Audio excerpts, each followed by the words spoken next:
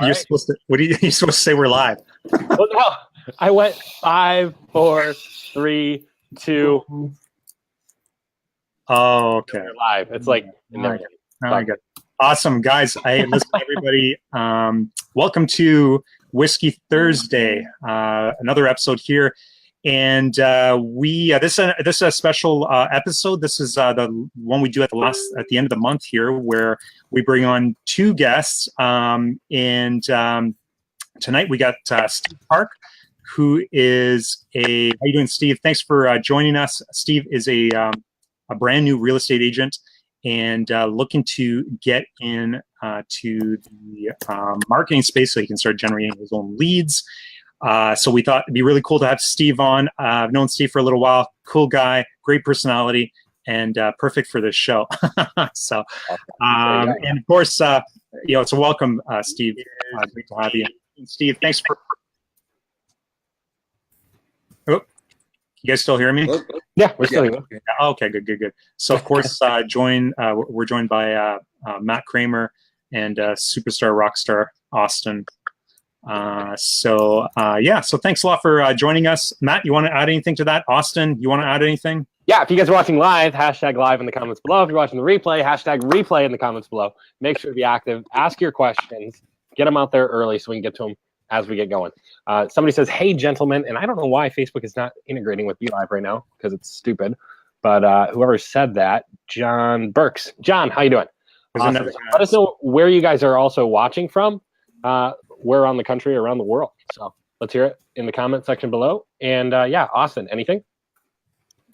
Man, you know what? This is such an exciting week here at Real Estate Conversion Mastery Inc.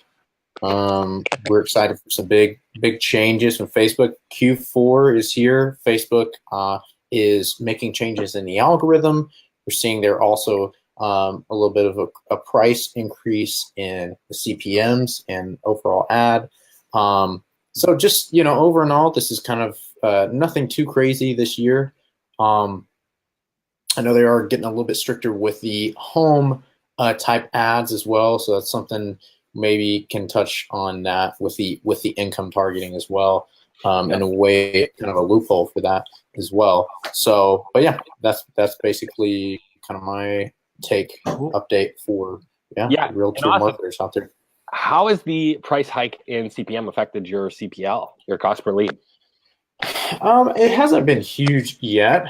I've only noticed it's weird because some people said they noticed immediately, and for me it hasn't been an immediate but I have seen gradually. I feel and it also could be ad fatigue as well. I think part of it is a little bit early because it could be kind of a placebo effect, but I know that a lot of marketers I talk to, they're Facebook actually will make the ads more expensive this time of year because they know they don't care. People are just going to pour more money into it because it's the ads get more expensive, but also consumers are willing, they're buying more anyways. So it's right. So Facebook can charge more and it's still it's still worthwhile for advertisers, because it is kind of a crazy time. It hasn't been insane. I think when it gets towards the end of the year, I'll probably pause my ads for a week about around Christmas time. If it gets really bad, like it did last year for some, but right now I'm just going to keep them steady. I think just keeping the ads fresh, duplicating the ad sets, changing up the images more, stuff like that. Just monitoring the ads more closely, stuff like that's going to help a lot. There you go. Shane, what about you? Have you noticed a difference in your CPL? No, mine have been getting better. Have they? Yeah, I think I'm just getting better at the ads. That's all. There you go. Nice. No, I think Austin's right here, especially as we approach Christmas. We're definitely going to see some price increases. I mean, last year I ended up shutting off ads in the first week of December. All the accounts I shut off. The prices were just really too high, and just waited till after Christmas. Not only that, just stay inside and keep warm. Wait for the ads to go. And we just ended up doing other things. I knew it was going to happen. It happens around Valentine's Day. It happens around a lot of these like I know last year too around Valentine's Day. So I predicted it for Christmas. And what we ended up doing is just like with some of our local clients, we just ended up scheduling a bunch of trainings. So instead of doing Facebook ads and getting paid for that, we ended up doing training for some of the clients, just so we can continue to get paid. So it was good. But yeah, so let's get started here. I think tonight's a cool show because we've got Steve here that's an agent. So this is the first time actually on the show that we've had two agents, because typically we have marketers. Even the last time we did this where we have two guests on the show, we had marketers at the time. So this is kind of cool tonight where we have two agents tonight, but it's even more extra kind of interesting because Rochelle's coming on the show at the end of the show and talk about some of her experiences with following up with leads and lead generation and so on. Because of course that I'm pushing it like crazy. We spend a ton of money on her ads, so she's going to pop on, and I know she's got some questions for you, Matt. So, so Shane, I'm curious: is she going to have her own screen? Yeah. Okay. Yeah, I told her it doesn't no. It's like I'm in my zone here. I don't need her. There you go. No, I'm just kidding. But no, she's gonna have her own screen. So Steve's with us. Steve, you and I have talked a number of times, and actually you joined my student program, which is kind of cool because you wanted to start generating your own leads for your own business, for your own real estate business, but you also just recently got your license as a real estate agent. So why don't you sort of just give us an idea, really, really quickly, your background, where you're coming from, why are you jumping into real estate, and then just some thoughts around how you're thinking you're going to grow your business, and then any questions you have for Matt, because Matt's going to answer all your questions today. Sweet. So just a quick background about myself. I'm 22 years old right now, and I've been in sales ever since I was 18.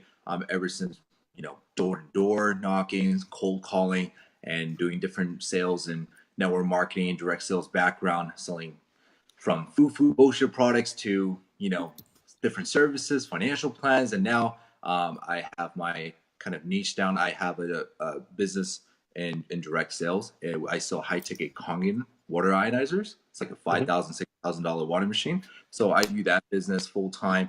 But I realized that all my life, every income I ever made was in sales. So I wanted to be more productive and efficient because my business is now kind of running more smoothly and on autopilot. I was like, how can I monetize and be productive throughout the whole entire day without just working 2 to 3 hours?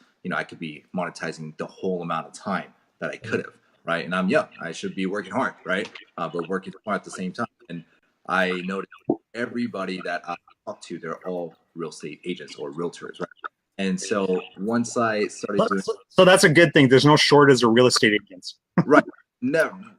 But and then I started doing different, different things like opportunities like Facebook advertising. And, I saw different things like pitching me online on social media about this free webinar, blah, blah, blah, blah, blah. So that's how I got involved with Facebook ads. And once I got in, I saw you on, I think, Dan Henry's course thing, or somehow I found you on it, which is awesome. And then you were taking clients in for realtors. And so I did it.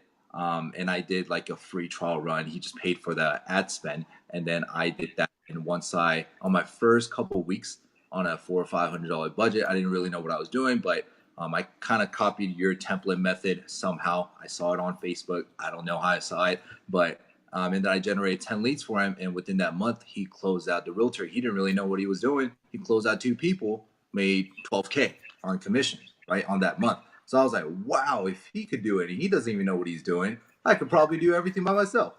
So that was kind of like my idea with this. And I was like, I don't want to just I'm not really good at technical stuff anyways, on Facebook and running ads, but it's a learned skill set, but I am good at sales, and that's something I always enjoy doing and feel passionate about. So I think that's what kind of made me be more involved inside real estate after going through different trials and experiences. I was like, my love and joy is sales, and I think real estate, I mean, goes really hand in hand. I have one business just kind of running for me, and I can just check back every now and then. But real estate is something that I always wanted to do, and it's here forever, and everybody needs it. So I mean, it just makes sense.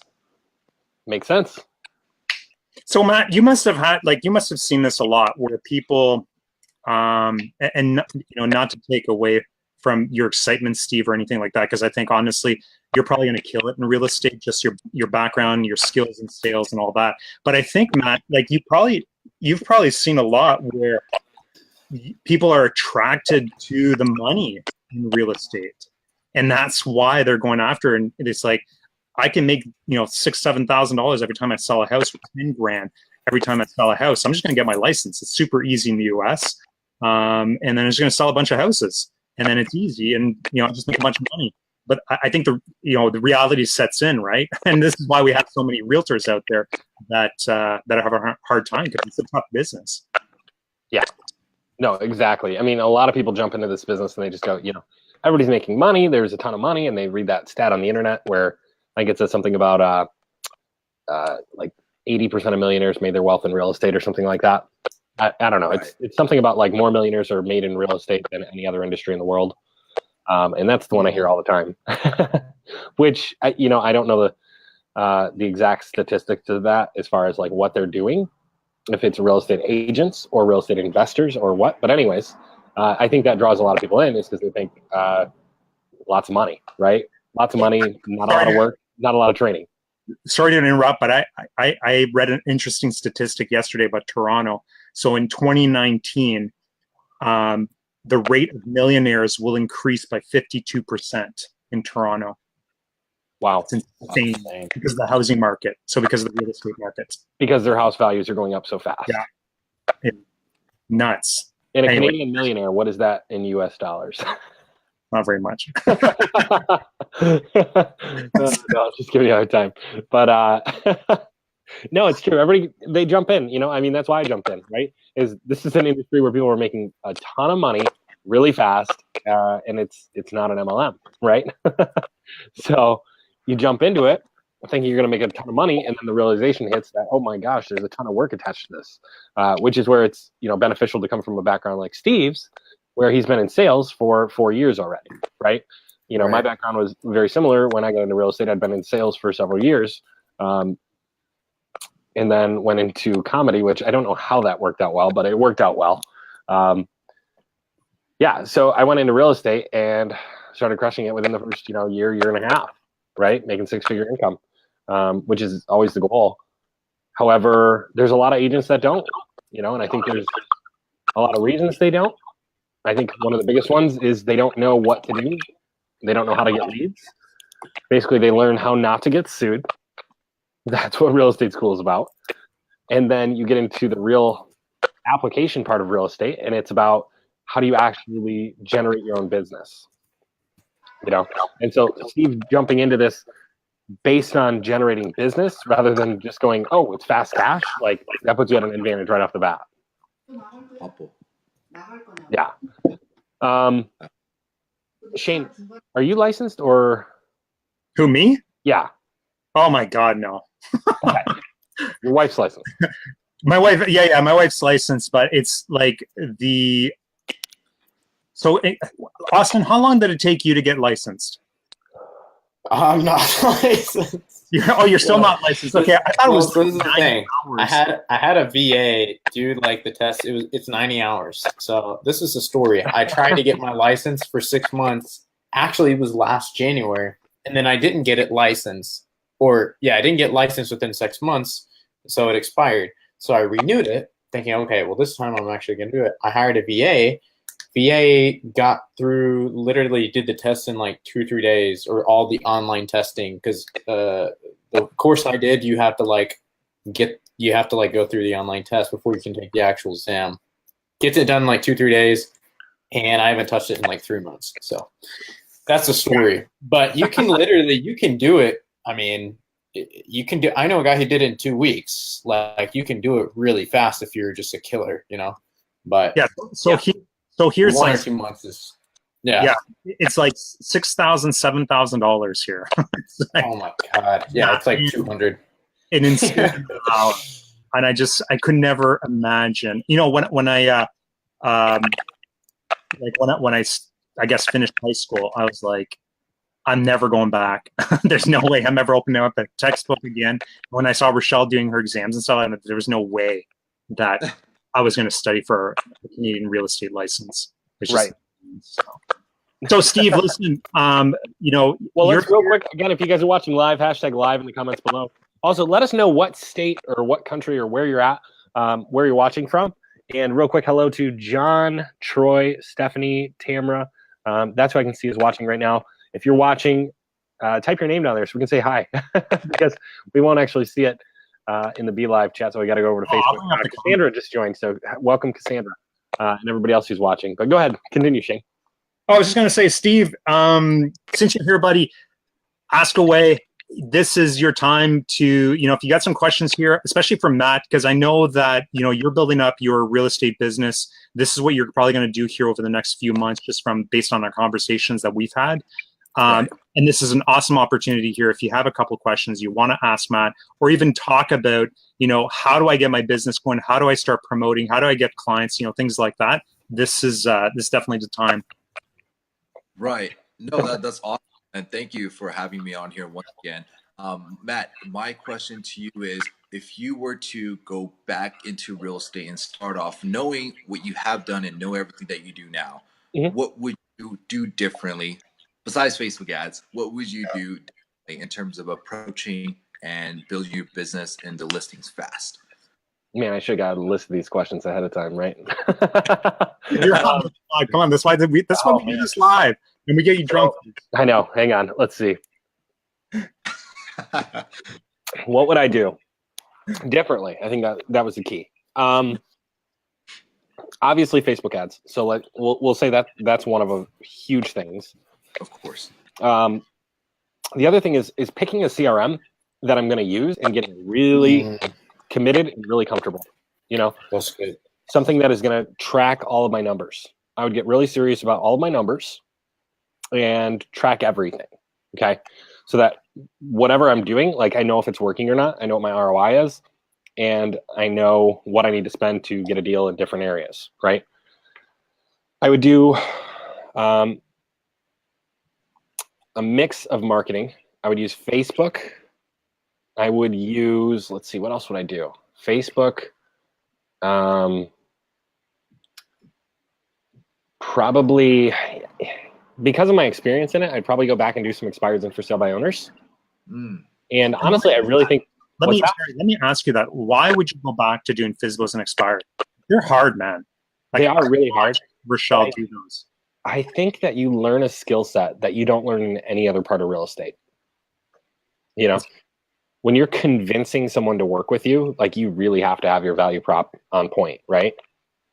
If you're convincing somebody who's not interested in selling their house at the moment to list their house with you, like they just sat on the market for 6 months, they didn't sell, and now they're pissed off at every agent that calls, and you've got to win them over. Like that's a set of skills like you can't get in almost any other part of real estate, right? And being able to crush it in for sale by owners and expireds, or one or the other even, you're going to be able to take those skills over to different parts of real estate and crush it there, right? So we'll say some sort of cold calling, right? The other thing I would do is I would get partners between lenders, other people in real estate, title companies, whatever. I would get partners involved in helping to pay for some of the costs up front. Because if I can get somebody else to pay for part of the marketing, like I can speed up my process in getting closings a lot, or I should say speed up my process to more closings a lot quicker, right? So I would do that. Can you expand on that a little bit? Well, if you've got somebody who's helping you pay for ad spend, right? I can increase my ad spend. So rather than having, $200 if you're just starting off, or $500 or whatever, now you can have maybe $1,000, right? So if you're doubling your ad spend, you're doubling your leads, and you're able to build your business faster. Let's see. And Steve, just so you know, there's a video for the lender stuff, the lender sponsorships. There's actually a video in the private group. Matt's video is in there, so you can take a look at that. I'm sorry, I didn't mean to, but just so I don't forget, because I'm sure I'll forget tomorrow. Okay. But you can take a look at that. Yeah. So I would.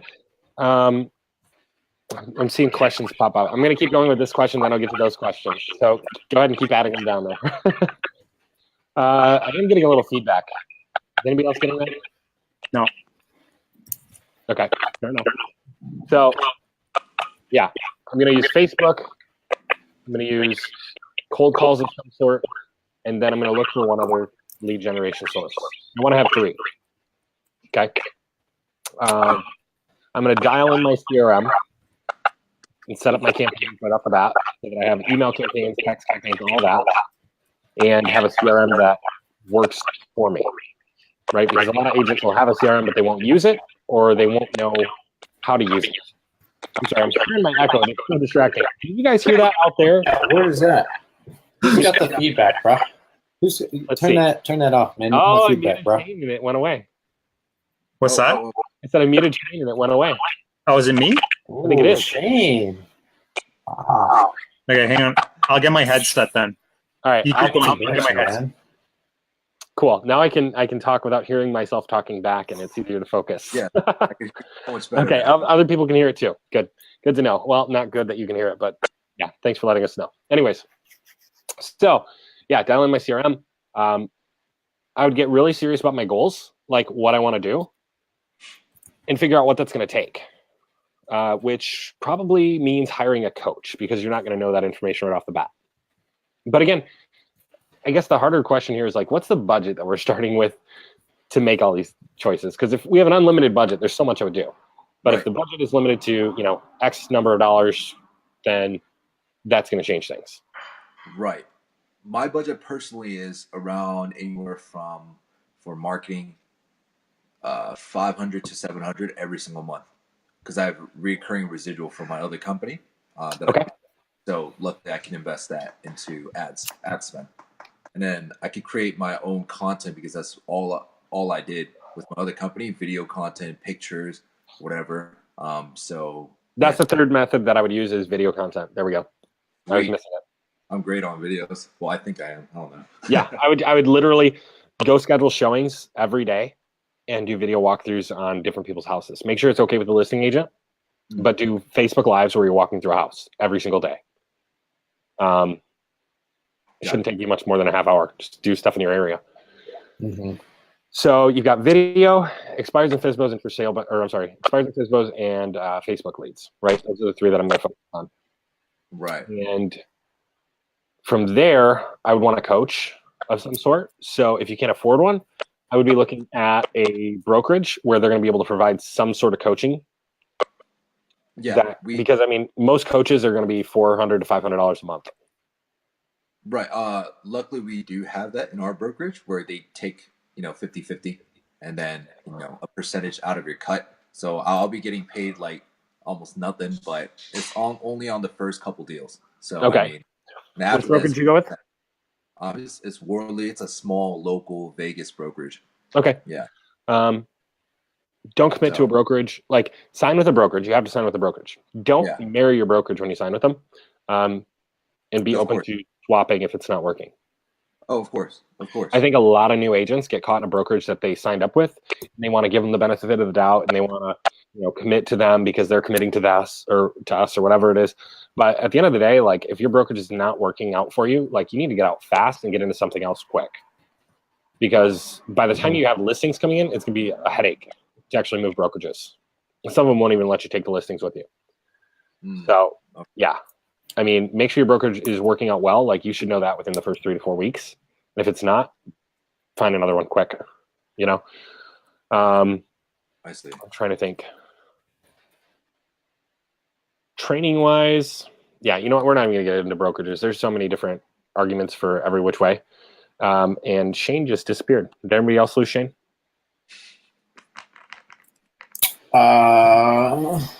Oh, here it is. Okay, there we go. Anyways, so there's so many different brokerages. Like I'm not even gonna worry about that right now. But basically, make sure like if you can't afford a coach off the bat, which is $400 or $500, and that's gonna leave you no ad spend, then make sure you have a brokerage where you have a coach, okay, or a mentor or something. And you're already being smart because you're not focused on the split. And a lot of people focus on that split way too early. It's like, 50% of something is way better than 100% of nothing. Okay, there's so many agents out there. They're like, oh, my brokerage gives me 100%. I only have to pay them $50 a deal or $500 a deal or whatever it is. And it's like, yeah, how much did you close last year? And they're like, oh, I closed 2 deals. I'm like, well, fantastic. People are making way more than you on a 10% split, where they're literally taking 10% and getting everything handed to them. Right. Yeah. Like I know of teams where their listing agents are getting 10%. That's what they make, 10%. But everything is handed to them on a silver platter, and they can go out and make 6 figures every year. So people get way too caught up in the splits. So I'm glad you didn't get caught up in the split. Oh, there we go. Shane's name. Anyways, so once you have a brokerage, you have a mentor or somebody there, schedule something once a week, some sort of accountability. Okay. And hopefully they're able to hold you accountable with some sort of a plan already. If they're not, basically help them hold you accountable by saying, here's what I'm going to do every week. And I want you to check in with me next week and make sure I've done it. And if I haven't, I'm going to give you a $250 check or something, commit. Right. Yeah. There's nothing like committing with a little bit of money on the line. Right. Game theory. What's that? Game theory. It is. As they call it. So yeah, if you've got the accountability and you've got the 3 lead generation processes and you got your CRM in place, you're doing really well. Then the only thing after that is to commit to your lead generation for at least 3 hours a day. And I typically recommend 8 to 11 or 9 to 12. But 3 hours a day. And if you take breaks, you add that time on. You should be able to generate leads for at least 3 hours a day. Facebook lead generation is not lead generation as far as an activity because, it is lead generation. Lead generating right now. You can't run your Facebook ads and be like, lead generating. I'm going to chill, watch TV while my leads. I'm gonna watch my Facebook account. No, you're doing some sort of an activity, right? And maybe that's calling through all of your Facebook leads if you're generating enough, but most likely you won't be generating enough yet at this point in time. Right. So, what's that? I don't. Sorry, can you hear me? Can you guys hear me? We can hear you. Okay, let me just interrupt because it doesn't sound as sexy without that other mic. I know, eh? You don't have just regular headphones? What's wrong with these headphones? No, I'm just saying your headphones are fine, but the fact that they take your mic and they force you to use this one, it's like... I know. Sorry, man. But listen, I just wanted to... mic. I wanted to add to this because, one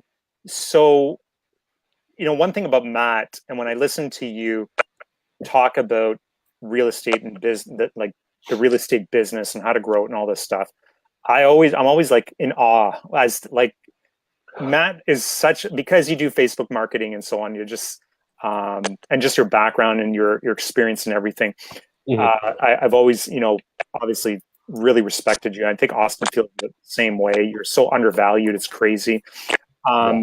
But something you've told me which really resonated just in terms of the real estate and real estate agents is that real estate agents really need to stop looking at the real estate business as a job and really look at it as a business.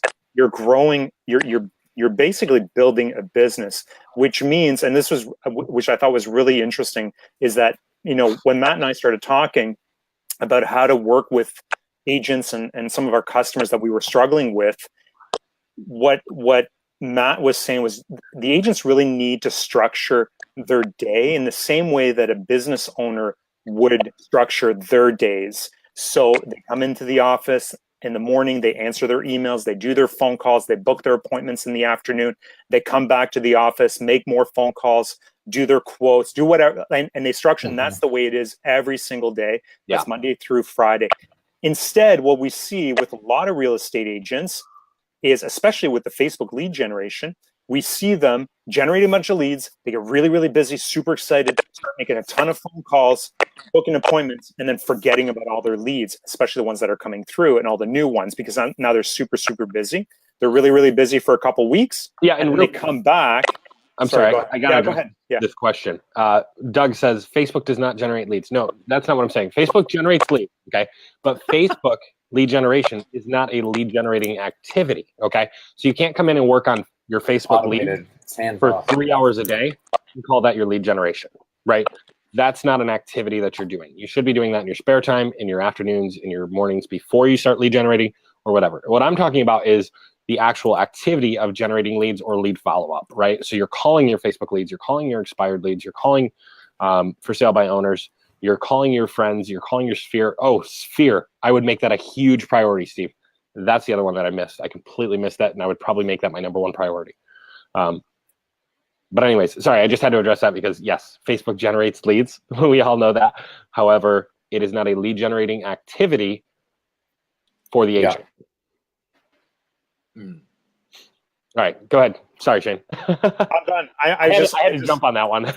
Yeah, I just wanted to. I just really thought that was when you and I started talking about that, and it just really resonated with me. It's like, yeah, real estate agents aren't treating this like a business; they treat it like a job, right? And if you really change the way you're doing things, and treat it more like a business, and really structure your days, and so that every day you dedicate a certain amount of time to following up with your leads, to do these lead generating activities, to booking appointments, and going and meeting with your clients, and you structure that at certain times of the day, I think you can grow really, really quickly. Yes, and if you guys are watching right now, let us know, #marketer or #agent. Are you a marketer or are you an agent? Let us know, or #both if you're doing both, just so we know who's watching right now, and we can make sure we're adding the appropriate amount of value. So yeah, so going from there, I'd also have a business plan, right? So I'm going to set up some sort of a business plan that says I want to do, X amount of deals in the next year. This number of those deals, maybe 60% is going to be listings, 40% is going to be buyers, right? And then where are those deals coming from, right? So if you're going to do 20 deals from expired and for sale by owners, you're going to do 5 deals from Facebook, you're going to do 5 deals from your sphere, whatever, like figure it all out, put it on paper, and work towards it. Because I think a lot of people go into it with an idea and not a plan, and that's a big mistake. So, Matt, if you let me tell you what I'm doing right now. Currently, I just started. Of course, I'm doing all the trainings. It's taking up all my mornings in the week. And then whether it's business meetings at the office or just like I have 4 classes that I have to do every single week for the next 3 weeks to complete all the trainings in order for me to do open houses and whatever. So the number 3 things that they told me to do, that's like the highly effective and conversion rate to getting a listing and closing deals is open houses. Yep. And obviously door knocking and your database. So, I mean, I have a lot of contacts everywhere outside of Las Vegas and Nevada. That's where all my business and networks are. So I know you could always do work on referral. So if you had anybody in different states, and we have an agent in the office, like a relocation officer, where they could, send them a realtor, and then once the deal closed, you could check on your desk. So I'm just letting everybody on the internet know, and just every close friends or business people that I do with, that I know of, I'm just letting them know that I'm doing real estate and I'm an agent. If you ever need anything, contact me first before anyone else. Even if you're in a different state and city, I can get you a realtor that you need. So that's what I'm doing every single day, talking to at least 50 to 100 new people. You're talking to a 50 to 100, or you're calling? 50 to 100 on social media, and like 10 to 20 phone calls just to let them know. Cool. Let's define a conversation. Sorry? Let's define a conversation. Like, this is another one. It's often missed in real estate by new agents, what a contact or a conversation is, and it messes up your metrics. So that's a great thing that you just brought up. So let's define a conversation. When you say you're talking to 50 to 100 online plus 20 on the phone a day, what are you defining as a conversation? So whether it's me directly messaging people on social media. You know what? I'm sorry. I'm going to take that back because it almost sounds aggressive, and I don't mean it that way. No, that's totally fine. I'm not going to ask you how many you're doing it. Let's just say with a real estate contact or conversation, what it needs to be is it needs to be a back and forth where you've talked to them about the fact that you're in real estate and you've asked them some real estate questions, right? So it can't just be, I'm just calling you to talk to you, see how you're doing, and you never mention real estate, right? So that wouldn't count as a conversation. Not that I think you're doing that, but I just want to like put that out there for everybody on there and make sure that people understand. Like, if you're not being, what is the word I'm looking for here? Intentional. If you're not being intentional with your conversations, they don't count, right? So if you're talking to somebody on Facebook, which Facebook can be a great way to talk to people, it really depends on like the way that you normally communicate with the people in your database, right? If you normally communicate with them on Facebook, then that's fine. If you normally communicate with them very rarely, then I would recommend a phone call, right? And so a conversation, going back to that, would be a back and forth about real estate, right? You talked about real estate and you made an ask, or not a pitch, but you said, hey, if you know anybody thinking about buying, selling, or investing in real estate, be sure to reach out to me. Right.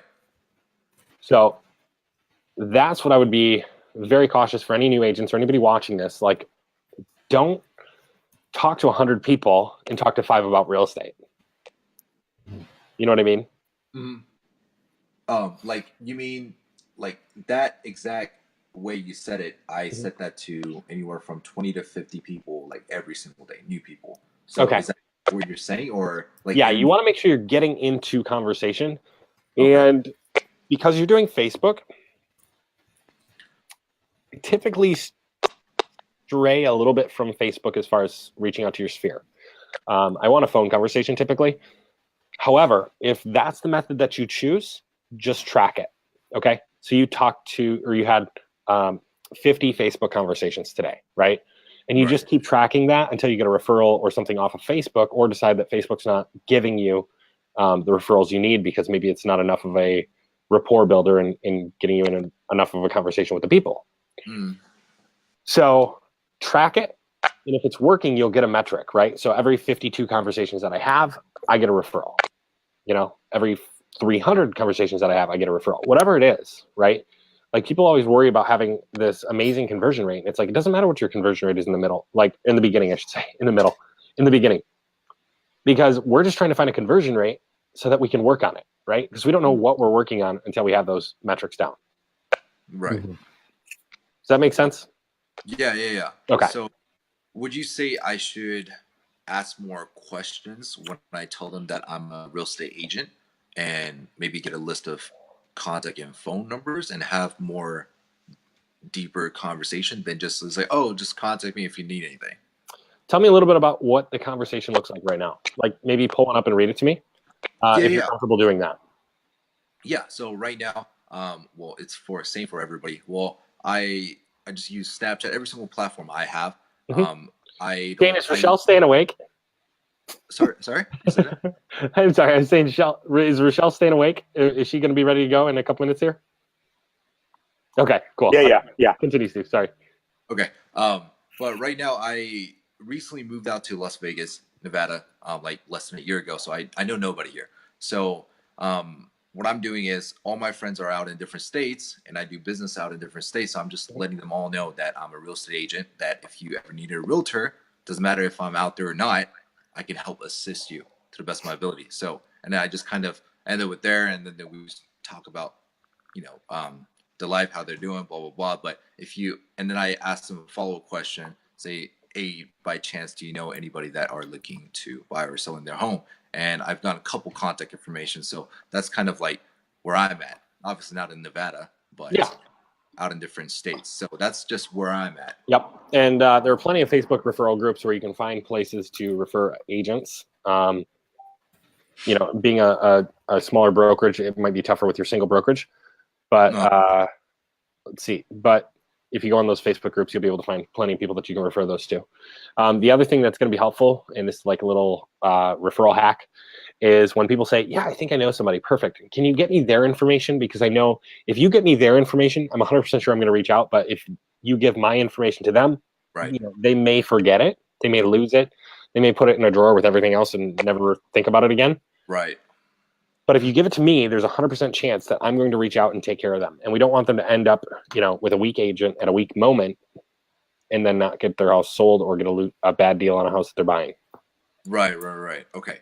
So that's where I'm at right now, and then I plan to do ads in the month of November. I don't know if that's a good idea. You guys are saying like, you know, the prices are rising a little bit, and then say December since Just do it. holiday times.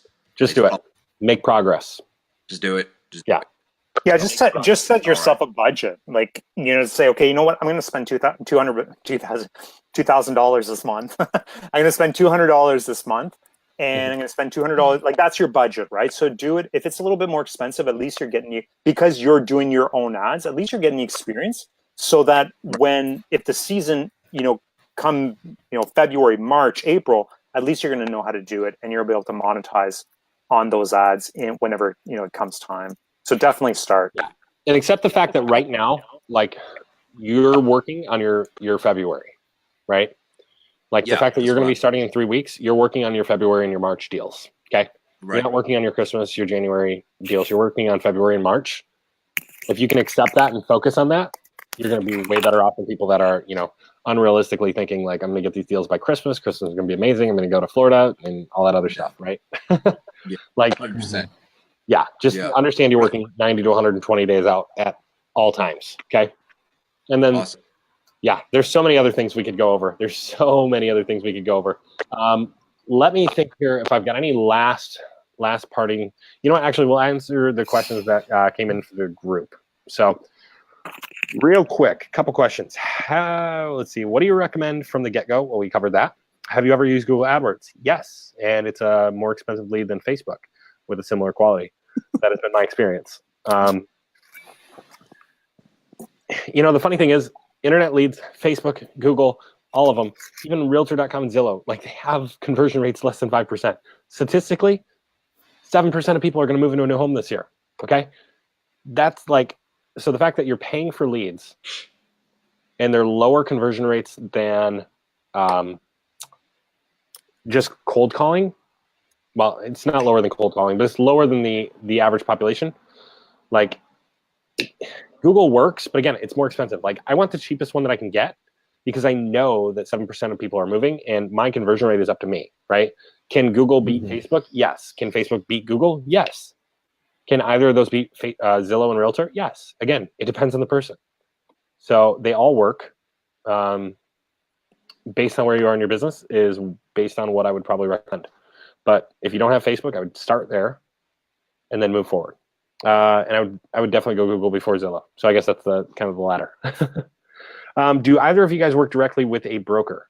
I'm not sure if you mean as a agent with a brokerage or if you mean do we work directly with a broker as a marketer? I think he's asking as a marketer because he said not Steve. Right. Yeah. So I'm a real estate agent. So I do work with a broker. But as far as marketers, a couple of us do work exclusive or directly with a broker, and that can be a good thing. It can also be a bad thing, right? Because the broker has control over the agents and what they're doing. At the same time, they have a higher budget than most single agents. Would you agree with that, Shane? Right. Yeah, I think I think there's benefits, and I've had some issues working with the brokers. I've had some good experiences. I like working with specific agents because, especially over a long period of time, because then you can build a relationship with them. You can coach them properly. You can offer a lot more value. It's a lot easier. If you're working with a brokerage with multiple agents, it's a lot of work. Because you're with a brokerage with 30 agents, you're working with 30 agents, right? And it's harder to give your attention to all of those different agents. So I think there's benefits to working with a brokerage. Obviously, I think the misconception is that people think that brokerages have a lot more money, and I think that's a huge misconception because brokerages. I just said it. What? You did? I just said it. Sometimes they have more money. Sometimes they have more money. Sometimes they have more money. Yeah. And what I'm saying is the misconception is that a lot of people think brokerages have more money, and they don't have more money. They have way higher expenses. You got to think about it, right? They got office space. They've got, insurance. They got all these other expenses that an agent doesn't have.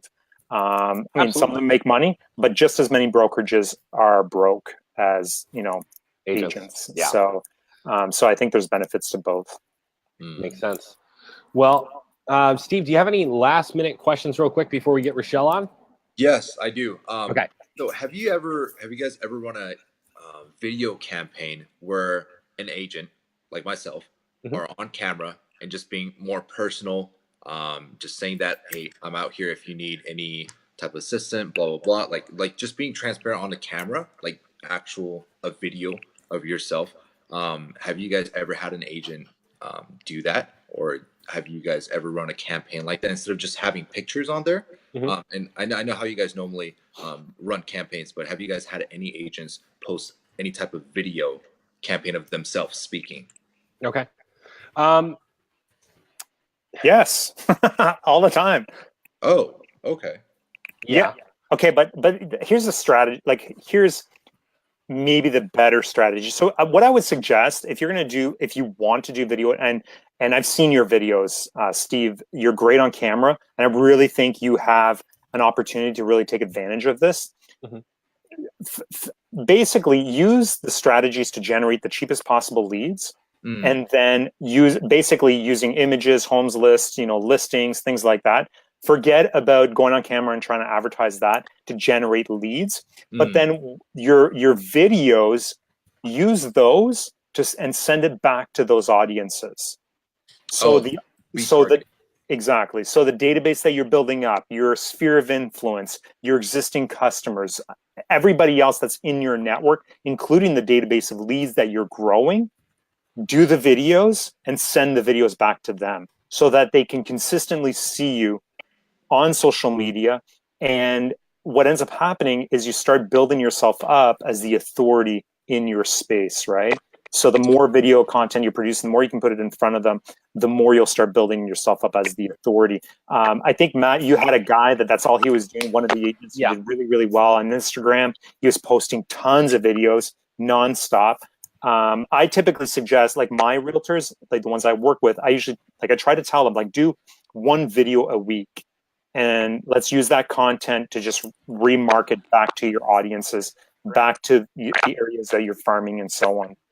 Yeah, and we'll see if we can get him on a video maybe this week in the group and talk a little bit about what he was doing, because he was having some crazy results. Yeah, like 30 deals a year just from Instagram or something. Well, no, not that one, the Instagram guy, but the guy who's doing the videos, and basically he was yeah. He tripled his business with video and retargeting. So there's definitely a way to do that, and being an agent who's good on video, I think it'd be a huge advantage for you. So I'll see if I can get him here in the next week or two. If not, then I'll definitely connect you guys on Facebook. Awesome. Cool. With that, thank you so much, Steve, for being on and asking actual, like, legitimate, awesome questions. Yeah, thank you so much for having me on. Thank you. Those were great questions. Next time, send them ahead of time. No, I'm just kidding. But no, they were great questions, and we're so glad that you could be on here. Hopefully it helped, and feel free to reach out if you do have more questions, and especially in the group. So, all right, awesome. With that, Steve. I believe we're going to bring on Rochelle. Is that right? Yes, we are. All right, perfect. Let me shoot her off a link there. So that's kind of cool. Get Steve on here, and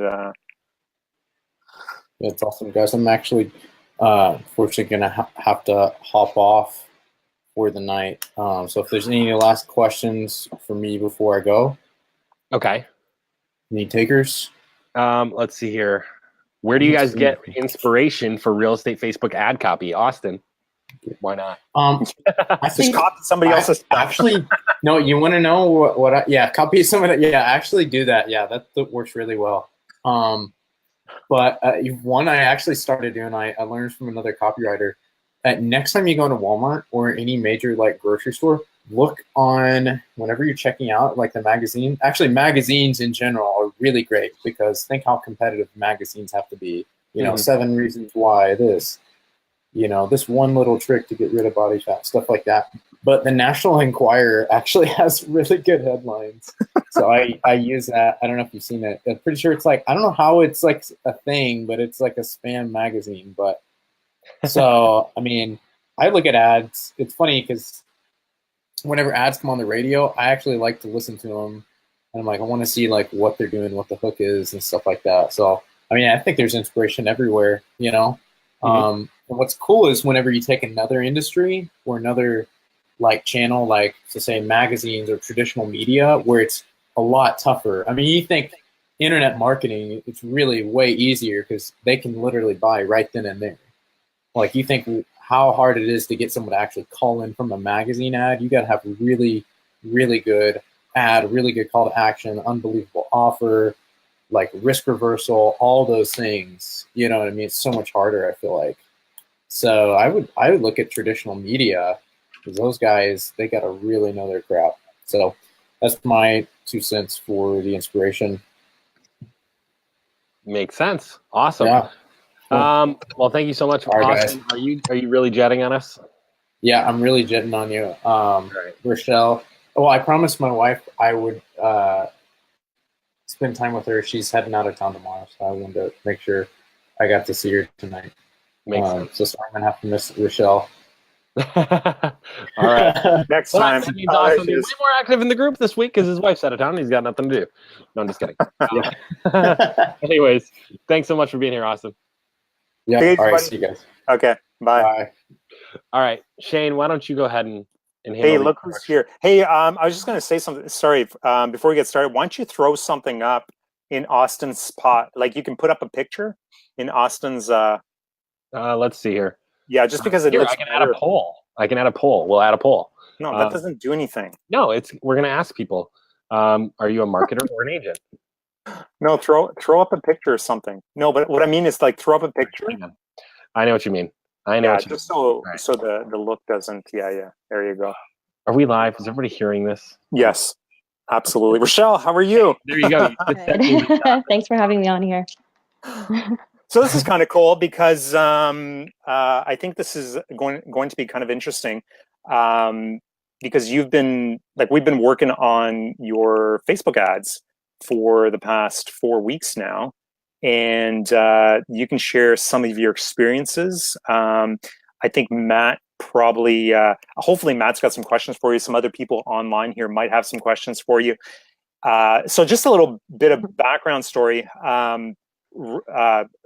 Well, Rochelle's my wife, so in case anybody on here doesn't know. But Rochelle's a real estate agent. We recently moved to a new city. And so we don't have this massive sphere of influence, which is typically, it can be fairly important in, when you're first starting out. Started with. Exactly, yeah. So, we're relying here 100% on Facebook ads and social media. And of course, because I'm constantly pitching this to clients, it only makes sense for us to use it. And so for the past, I think it's been about 4 weeks now, maybe 5 weeks, where we threw some ads up and we've been generating some leads. And Rochelle has been actively pursuing those leads. And I've been watching. And not that I have to make sure that she's calling them, but when you're typically working with a real estate agent, it's really hard to stay on top of them to make sure they're doing those phone calls and making sure, because typically the feedback is all the leads suck, nobody's picking up the phone, all the numbers are bad. I mean, this is everything that we hear, right? So Rochelle did a lot of, so for those of you that don't know, and you might recognize her voice, she did some of the trainings that are in the scripts. She also did a lot of the testing for the scripts that we currently use. So Rochelle's has been doing quite a bit with working with the scripts and making sure they're working. But Rochelle, why don't you just give us, because I think your background's really, really interesting. Why don't you just take 2 minutes, 3 minutes maybe, give us a little bit of background, go way back too. I'm sure people want to hear where you're coming from. And now you're in real estate and you're as far as I'm concerned, you're doing quite well. And that's not just because, I'm not just saying that because you're my wife, but I even think Matt agrees because he understands, what you've been doing. I think you've been doing quite well, especially with the Facebook leads, given that you've only been doing this for, the past month and a half or so. Yeah, not even. Sorry, guys, but we're gonna have to put a sold sign up because I cannot get that picture to show up in my uploads. Oh, I'm just gonna put a sold sign. Sure. There we go. Why don't you put it for sale sign or something? There we go. See? Oh man. Anyways, continue, Rochelle. Sure. So, full disclosure, I'm not Shane's wife. I'm his girlfriend. Whoa! We have a kid together. We've been living together for 5 years. We've been together for 5 years. But I think it's really sweet that he calls me his wife. But I'm just waiting for the ring. So full disclosure. So my Oh, there's an even better line right there. Go ahead, continue. I would love to be his wife, but that's another episode on a totally different channel. But so when I first got into real estate, so another disclaimer, I should say, I'm not entirely new to the industry. I have been licensed for 3 years. Mhm. But when I first started, it was primarily for our own real estate transactions, so properties that Shane and I were buying and selling ourselves. So this is the first time around, like Shane said, in the last, I don't even think it's been honestly a month and a half. From my memory, I believe we started our Facebook ads the beginning of the month, so 3 weeks-ish, more or less. But that's when I started actively prospecting for clients. Whereas before, in the beginning of my career, I was really motivated. I was going door knocking. I was doing a few cold calls. So I had the motivation there. But then, on a personal level, I got pregnant, we had our baby, and then that was more my focus. So only until very recently was when I have been like hustling and trying to kill it and, actively prospecting for clients. Well, and you've been working with Shane um, as an ISA for more than 3 weeks, haven't you? Oh, yeah. So we've been making calls for Shane's clients for, I'd say, at least 2 months now. And everything that I learned from doing these calls and watching the agents that we pass these leads off to and how they handle them, that's what, I learned from and we incorporated into, Shane's script, your guys' scripts and training and um, just making our calls better and training our agents to, follow up with their leads better, be more persistent, and be more aggressive. Makes sense. So you got to tell people what your background is, because I think your background is really, really interesting. So, and I would say like starting from your call center years. So like basically you worked call centers, you killed it at that. You were a poker dealer for Oh, God God. knows how many years. What are you talking? Come on, Whiskey Thursday, all secrets revealed. Truth comes out. I've been like free drinking since half an hour ago. I don't know if that's technically pre-drinking, half an hour. I think that's just casual drinking. We'll take one. Yeah, so so I used to work in a call center when I was in university over 10 years ago. And I think I was pretty good because so it was a survey research center. I would basically cold call people, and that's initially what I was doing. Then it got to the point where my coworkers who were in the same league as me, they were making those calls, but the people who rejected them, they got sent to me because my boss knew that I could convert these people into actually completing the surveys over the phone. That Then makes more sense now. Okay. what makes more sense? No, the way that you just like picked up the call thing and were like going with it, and I was like, Oh yeah, I've been making calls for a while. So that was at that place when I was a student. And then I worked for another call center. I was sponsoring kids with World Vision. Mhm. And so my memory of my time there, at each of these jobs, I only worked for like less than a year.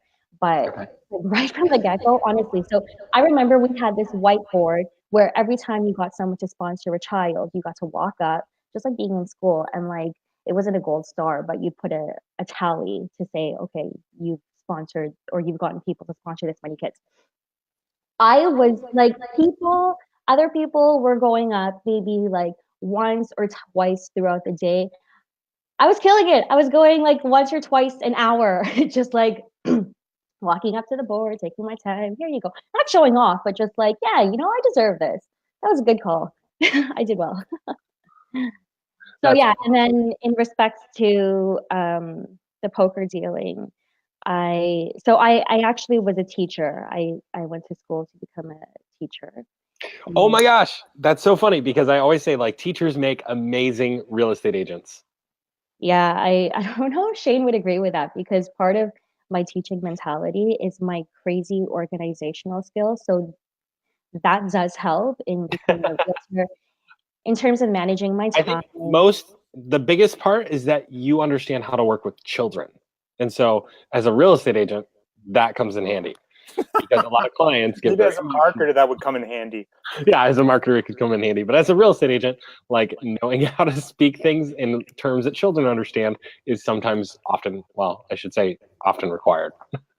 Totally true. Because, like, especially in real estate, people buy and sell their homes, but they're not involved in the back end of the transaction, or, it's our responsibility to educate them something that is unfamiliar and could be complicated. We want to break it down into something that's um, easy to understand and make it But as yeah, basic as a lot of possible. times our clients are having emotional reactions instead of making logical decisions, right?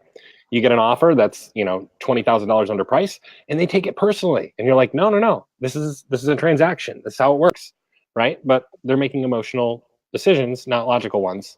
And so again, working with children seems to translate really well to real estate. And maybe that's not the reason. Maybe I'm just jaded. But the truth is, teachers, in my experience, have done really well in real estate when they move over. Yeah. So I dabbled in teaching for a little bit, and then Shane mentioned I dealt poker, so I was in that poker scene for I don't know, maybe about 3 years, and then that And were brings those private games or casino? they weren't the casino. Okay. They were, Best they were the time big games. of my life. What's that? Best time of my life. They were the big games, big money hands. Yeah, it was fun. It was exciting. Awesome. Yeah, Awesome. but like there's big money to be made in real estate too. It can Yeah, be exciting as well. there you go. And I think it's a little bit easier to make money in real estate than poker, being honest. Maybe it's Yeah. because I'm just not very good at poker, but If you're good at poker, then there's money to be had. fair enough. Fair enough. We do have a question coming in from, is that Travis Moore? Is an ISA a must-have now that you're going that route? Who's he asking? I'm not sure. Who wants to answer? I don't think it's a must-have. I think if agents are properly trained and they put in the effort, there's no reason to have an ISA unless you get to a certain point where you just can't make the phone calls anymore. I mean, it's like anything else, right? The same reason why you would hire an assistant, the same reason why you would hire an ISA or somebody else to make the phone calls for you, right? It's just it's not like your time's more valuable by going out and talking to customers, right, or meeting with customers. Yeah, So I would say it's a budget or a time. yeah, Just and sorry, what was that? Sorry, I just wanted to add, like, for me personally though, I feel like that's a strength of mine, being on the phone talking to people. And so even if I got to a point where I couldn't be as productive elsewhere if I was on the phone all the time, I think that's where I would benefit most. And that's where I would focus my time just because when I'm engaging with prospective clients, they get a feel from me. And I have experience with, I don't know if you want to call it persuasion, but just like being in sales. Yeah, so that and that's what I was going to add to that. So just based on my experience and what I've been noticing and seeing, we have much higher success rates with agents that are willing to make the phone calls than ISAs with agents that aren't willing to make the initial phone calls. And the reason why is because you get to start building that relationship immediately with that lead. So in your case, Rochelle, if you're building up that relationship right away, you're more likely to be able to connect with them, convert them, meet with them, and so on. If you're using an ISA, that ISA is building up that relationship, and then that relationship needs to be transferred to your agent. And now the agent needs to build a relationship with those leads. The handoff is always a challenge. Exactly. Once you have that nailed down, it's huge, but is a very common challenge when you're first getting started with an ISA. Yeah. So in my opinion, the best possible scenario is to find an agent that's willing to make the phone calls, willing to put in the effort, and work those leads, than hiring an ISA or somebody else to make the phone calls. Hands down, that's my opinion. And when you say putting in the effort, I agree, and just want to add too, putting in the effort in terms of being persistent in their phone calls and not giving up on people who aren't answering or returning their phone calls, and putting in the effort in learning scripts to use. Really? You think scripts are a valuable thing to have as a real estate agent? Could you say that again? You know as well as I do. Oh, I know. I think there's a lot of people out there that go, those don't sound like me. Yeah, because what happens is if you have an ISA who's just killing it on the phone, and then you pass them on to the agent who's supposed to be more knowledgeable and the expert in their field, mm-hmm. If you transfer them to someone who speaks like they don't know as much as their ISA, then it's a bad transfer. Yeah. And somebody just asked, Gary says, and I say somebody because when I'm in Be Live, I can't see who's talking. When I go to Facebook, then I can see. So now I know who's talking. But if anybody knows how to make Be Live, show me who's talking. I'd love that. Anyway, you can't. It's an issue with the Facebook integration. Yeah. And Elijah, hey Elijah, how's it going? He says #live. Again, if you guys are watching live, #live in the comments. If you're watching the replay, #replay in the comments. And if you haven't told us already, let us know where you're watching from. Anyways, Gary is asking, any recommendations on a good ISA service provider or service providers? Gary, are you a marketer or an agent? That would be my first question. I want to know that before we answer it, based on our last portion of the conversation we just had. So let's talk about, Rochelle, some of the leads you've been getting, and I think that might be. I think some of the people that might be watching might be interested in understanding. So let me frame this a little bit better. So I'm going to toot your horn here a little bit, Rochelle. You've killed it when you were working for my customers. You're killing it now, and I'm saying killing it as in you're connecting with your leads. You're converting your leads into appointments. You're using the scripts that we've all been working on. We've tested them. We've proven them. So a few months back, you made a decision to say, okay, you know what? I'm going to do something here. We've got our kid in daycare. It's time for me to really jump on this real estate thing. You sat in front of YouTube for 2 weeks, 3 weeks, watching YouTube videos of people making cold calls, calling FSBOs, writing scripts down, downloading other people's scripts, really studying all this. You watched Derek Lipsky, didn't you? I don't know who that is. All right, we'll have to talk later about who you're watching on YouTube. No, but he's right. What I was doing is I was literally watching YouTube videos and writing verbatim exactly what they were saying. Right.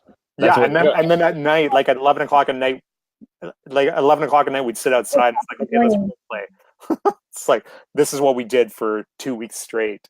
And I would mesh different scripts from different YouTubers and blend them into one cohesive, beautiful, perfect script. And that is why I tell people to role play with multiple people across the country or across the world, whatever it is, right? If you're in Canada and you have to talk to people in the US, do it. If you're in the US and you have to talk to people in Canada, do it. Or other parts of the country or the world, I don't know. But anyways, the point being is they have different scripts, right? And what you just said is perfect because you meshed those scripts so that they flowed perfectly, right? And that's how really, really great scripts are often built, is basically you have a bunch of things coming together that worked in the past, and now you're putting them into one script to absolutely crush it. Exactly. And not just scripts that I'm working with, but also, like I said, my experience um, observing other agents on the phone and in person. Yeah. Yeah, and if you're watching them on YouTube, you're able to see their mannerisms. You're able to see, and the reason I bring up mannerisms is because the way that the way that somebody is expressing themselves on the phone call, even though that the other client or the client can't see them, it makes a difference, right? If you're not smiling on the call, like, people can tell. If you're happy when you're on the call, people can tell. If you're upset that you have to make cold calls, people can tell. And so when you're watching these successful agents doing this online, I think it's a great way to heighten your skills. Yes, and to emulate them. Yeah, but I have been facing challenges, particularly this time of the year, like with the ads that we've been running, and I guess sort of the contacts that we've made so far. I would say that, a good chunk of them, maybe 40% of people, aren't looking to move until another 3, or a lot of them 6 months out from now. So into the spring season. And the thing with our real estate market here in Toronto, well, I was going to say in Toronto, but I guess you could say generally in Canada, and then in colder parts of the States or what have you, is that our real estate cycle, it is cyclical in that it's winter is slow, and then things start to pick up in the springtime. So right now, when I'm speaking to people, they're not people that I'm necessarily trying to prospect right away or qualify, I should say. I'm just trying to get my face in front of them, and sending out these email drips and staying in contact with them so that when they are ready to purchase 3, 6 months down the road, even a lot of them, or a few of them, have said they're not looking to move for a year. But whatever the case is, things are a little bit slower now than when we first started a couple weeks ago, 3 weeks ago, because then we were just ending the summer season, which was really dead. And then things started to pick up when the kids were going back to school and changes were being made. Our fall season here is the second busiest time for real estate. Yep, and I think you said something great there. Is that a lot of people will wait until spring, and so we'll have to talk offline and go over some great scripts for dealing with winter, because there's some really good ones that can provide motivation to get the people to list their house in November, December, and January. And typically, December was one of my best months ever. Like, each year, December was one of my best months because I just focused on those objections whenever they'd come up, and those were awesome. Maybe that'll be our next product, Shane. Yeah, that sounds interesting. That'd be awesome. Winter objection handlers. Yeah, that's awesome. Let's do it for sure. So I want to talk about, and I think this might be really interesting for. Okay, somebody just said, "What if I'm naked on the call?" Then you can't post it on YouTube. What do you want? Nobody cares what you're wearing on the call. I was usually in my pajamas when I was making my calls, unless I was in the office, because they made a rule that we couldn't wear pajamas to the office. That wasn't my fault, but it was a real rule that had to be put in place. But anyway, Shane, I'm sorry. That's okay, no problem. I just saw that comment too. Yeah, that doesn't happen in our house. So. So I think this is really interesting, and I think for any marketers that are listening, I think as a marketer, you kind of forget, and I see in a lot of other groups, I see marketers that are working with real estate agents, and then they start working with them, they generate leads, then the agents don't stay on board, then they get pissed off, and it's like all agents are, they're lazy and they don't want to make the phone calls, and what's wrong with them? They can make so much money, all this stuff, right?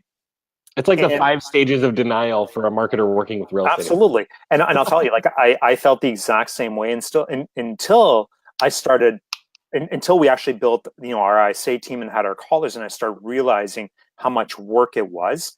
However, the difference between our ISA team making the calls and an agent making the calls is that we have no emotional attachment. They're getting paid by the hour, no matter what. So I'd be really interested Rochelle, if you could share your emotional state when you're going through this, like what's happening as you're making these calls. I watch you, right? But can you share with people like, okay, how you get really, really excited and then something falls through and then you get really, really down about it. And it's just this constant sort of up and down, up and down. And it's a lot of effort that you're putting into a lot of these calls, right? And I think this is really important for marketers to understand this. And I think this is a good opportunity to tell them that this is not easy for an agent. No, and you know what? I think with what you just said there, as far as they're getting paid either way, that is typically the situation with a third-party ISA company, right? If you hire Shane, if you hire me, and we're providing the ISAs, like they're getting paid an hourly, okay? But if you have your own inside sales agents and they're licensed, you are able to compensate them based on commission, which is a way to get around that. But again, you have to be an agent hiring your own ISA. So that's my point, Matt. My point is that if a deal falls through, they still get paid. Well, with ISAs, if they are licensed and on the team of the agent, they are going to get paid their hourly, but they're not going to get the commission bonus. That's my point. Right. I'm just saying about the bonus. They still get paid. That they don't have to go through the frustrations of a deal not closing, or somebody decided they're not going to buy for another year, or making 50 phone calls and they're not getting through. They're just making phone calls over and over and over and over again. That's their job. Yeah, and that's the expectation. I completely agree with that. I'm just saying the one way that you can combat with that to some extent, because as an agent, once you're doing 60 deals a year, you need an ISA, right? But that's not my point here. My point here is that I want marketers to understand the level of effort and the emotional roller coaster that goes into this for an individual agent that is making their phone calls. Absolutely. And I just want to put it out there. Marketers. I think a lot of marketers just don't understand that. And I didn't understand that when I first started, until I started making the phone calls myself and started realizing how much. When you and I were talking on the phone, like we were going over some of these calls and going, okay, this person's not motivated, right? They're getting an hourly wage and they're saying the script. That's it, right? We went over that. I'm just saying for the agents that are watching, it's not like a dead end road. Like your ISAs are never going to care. There is a way to incentivize them, but again, I'm not saying the caring part. That's not what I'm saying. I'm just saying there's a way to. There's no emotional attachment. It's not the same for an ISA. It's the exact same thing. If you had you're a business owner and you're running a business, and your employees, your employees get paid no matter what. If you don't have sales, you don't get paid as a business owner. And this is the struggle that an agent goes through, specifically as they're making these phone calls, and you're generating them 150 leads a month, and then they come at you 2 months down the road and say, listen, I don't want to do this anymore because it's costing me $3,000 a month to get all these leads, but I'm not getting anywhere with these guys because they're 6 months down the road. Right? Yeah, you're never going to get a call from the agent's ISA telling you that. You're going to get a call because they're going to get paid anyways. They don't give a shit. Exactly. I'm just saying, for the agents out there, I get what you're saying. Nobody like that's not you're totally like. We want to make sure that the agents watching understand that there is a middle ground. This has nothing to do with compensating the ISAs. This has everything to do with making sure that marketers understand what the agents are going through. I think, okay, Shane, let me help you out. All right, we're going to let Rochelle talk.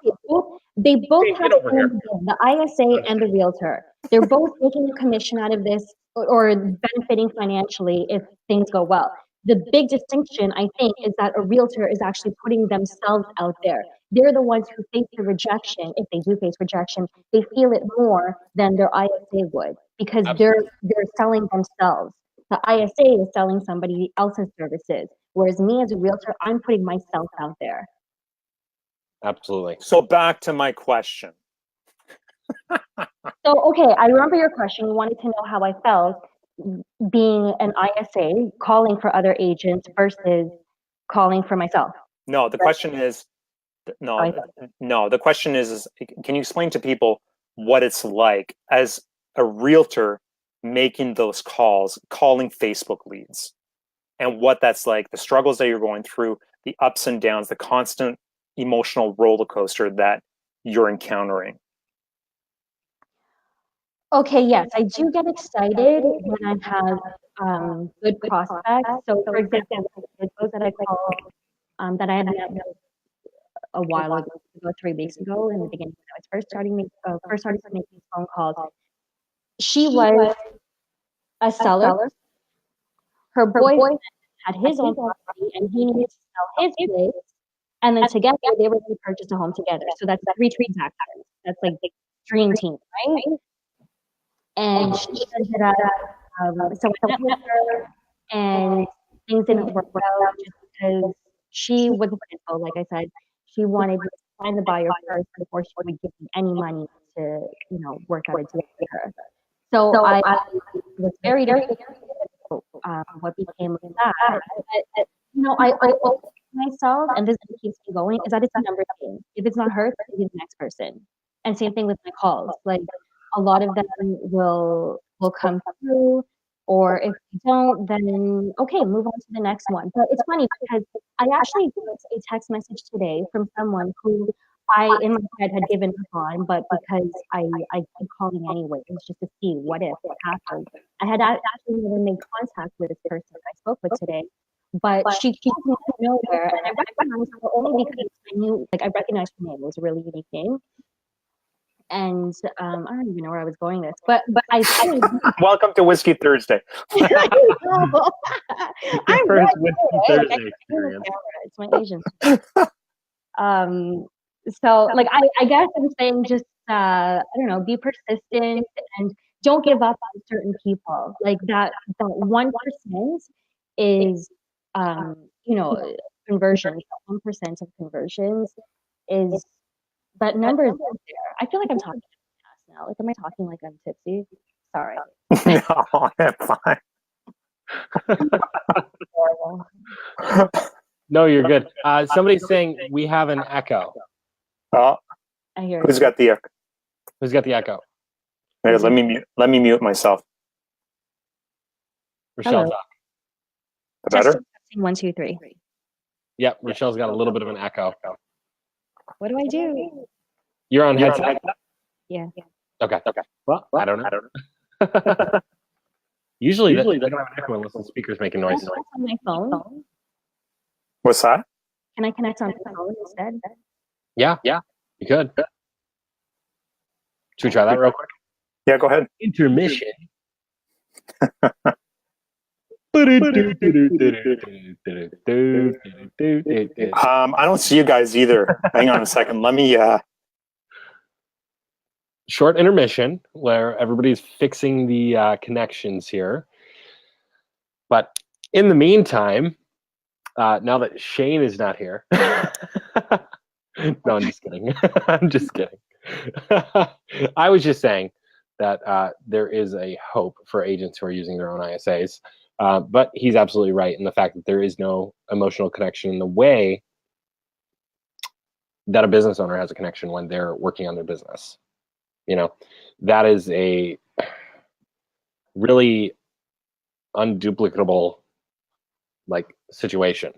So I think that's what we were focused on. Oh, there's Shane. Unduplicatable. Unduplicatable. Is that the right word? Sure.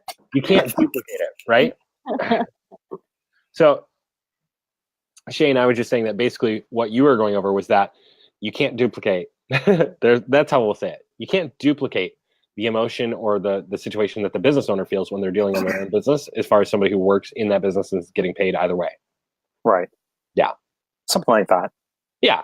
And I think my only thought there was that while you can't duplicate that, you can incentivize, which will help against some of the fact that they're already getting paid no matter what, right? So if somebody's Are we back on this subject now? we are back on it. We are back on it. I wasn't going to say anything. Let's move on. We'll talk about this after. We'll talk about how to compensate an in-house ISA on another. We'll bring an expert on. Doesn't matter. No. Oh my God. Okay, so here's the big. I think this is the big question most agents out there are probably asking themselves, and marketers probably want to know this too. so far, based on what you're doing, Rochelle. Okay, so let me just kind of give a bit of background here. And hashtag Trooper, if you guys are still watching, hashtag Yeah, Trooper. like we do this is crazy. An hour and a half. We got to like really, try to do this like for Like, an hour. Joe Rogan does these things for 3 hours every Oh single day. God. We do a 3 hour once. No, I'm just kidding. No. Okay, so really quickly, we've been doing this now for 3, maybe going on our 4th week. I think we've been generating leads. I just looked at the stats. I think it looks like you got about 130 leads or so, so far through Facebook ads. And without talking about where you're getting them from, because I think we're actually beta testing some high level stuff with you. What? Yeah, that's right. We're Don't talk about where they're coming from. We're still beta testing. And Rochelle doesn't know that. You don't. I do know. Tell her that. Plus, like Matt Kramer wants access to your business page. Like, Just accept it and keep going, okay? Oh man. So, so no. You're not supposed to say anything. Yeah, you just ignore that, right? Anyways, so we generated about 130 leads in the past, let's say 4 weeks or so, which is not bad. We're not spending a ton of money. We're spending What's your cost per lead? I think the last time I checked was like 322 Canadian. And that's the average. That's the average, yeah. Right, because you're running pretty good. High level stuff. Yeah, exactly. Which is pretty good. Stuff. That's right. And I think everybody's probably wondering, like, so far, like, how are you feeling about the leads that are being generated and just the overall experience, as a real estate agent, and going through all these leads? Like, what's sort of your overall perception about this? And being honest, like, you don't if you think Facebook leads suck, we'll figure out a different way. No, I think it's a great platform to do advertising on. So initially, when I was debating what social media platform I was going to focus on, I was deliberating between Facebook and Instagram. And I just feel like for home buyers and sellers, according to the National Association of Realtors, the average home buyer is I think 35, whereas the average home seller is, I don't know, I forget, but they're slightly older. Maybe early 50s. Sorry, Matt. Yeah, I said they're slightly older. Yeah, so and those are the generations that aren't on Instagram. Like if I wanted to create makeup videos, then yeah, I would probably focus on Instagram. But when it comes to real estate, Facebook is the way to go.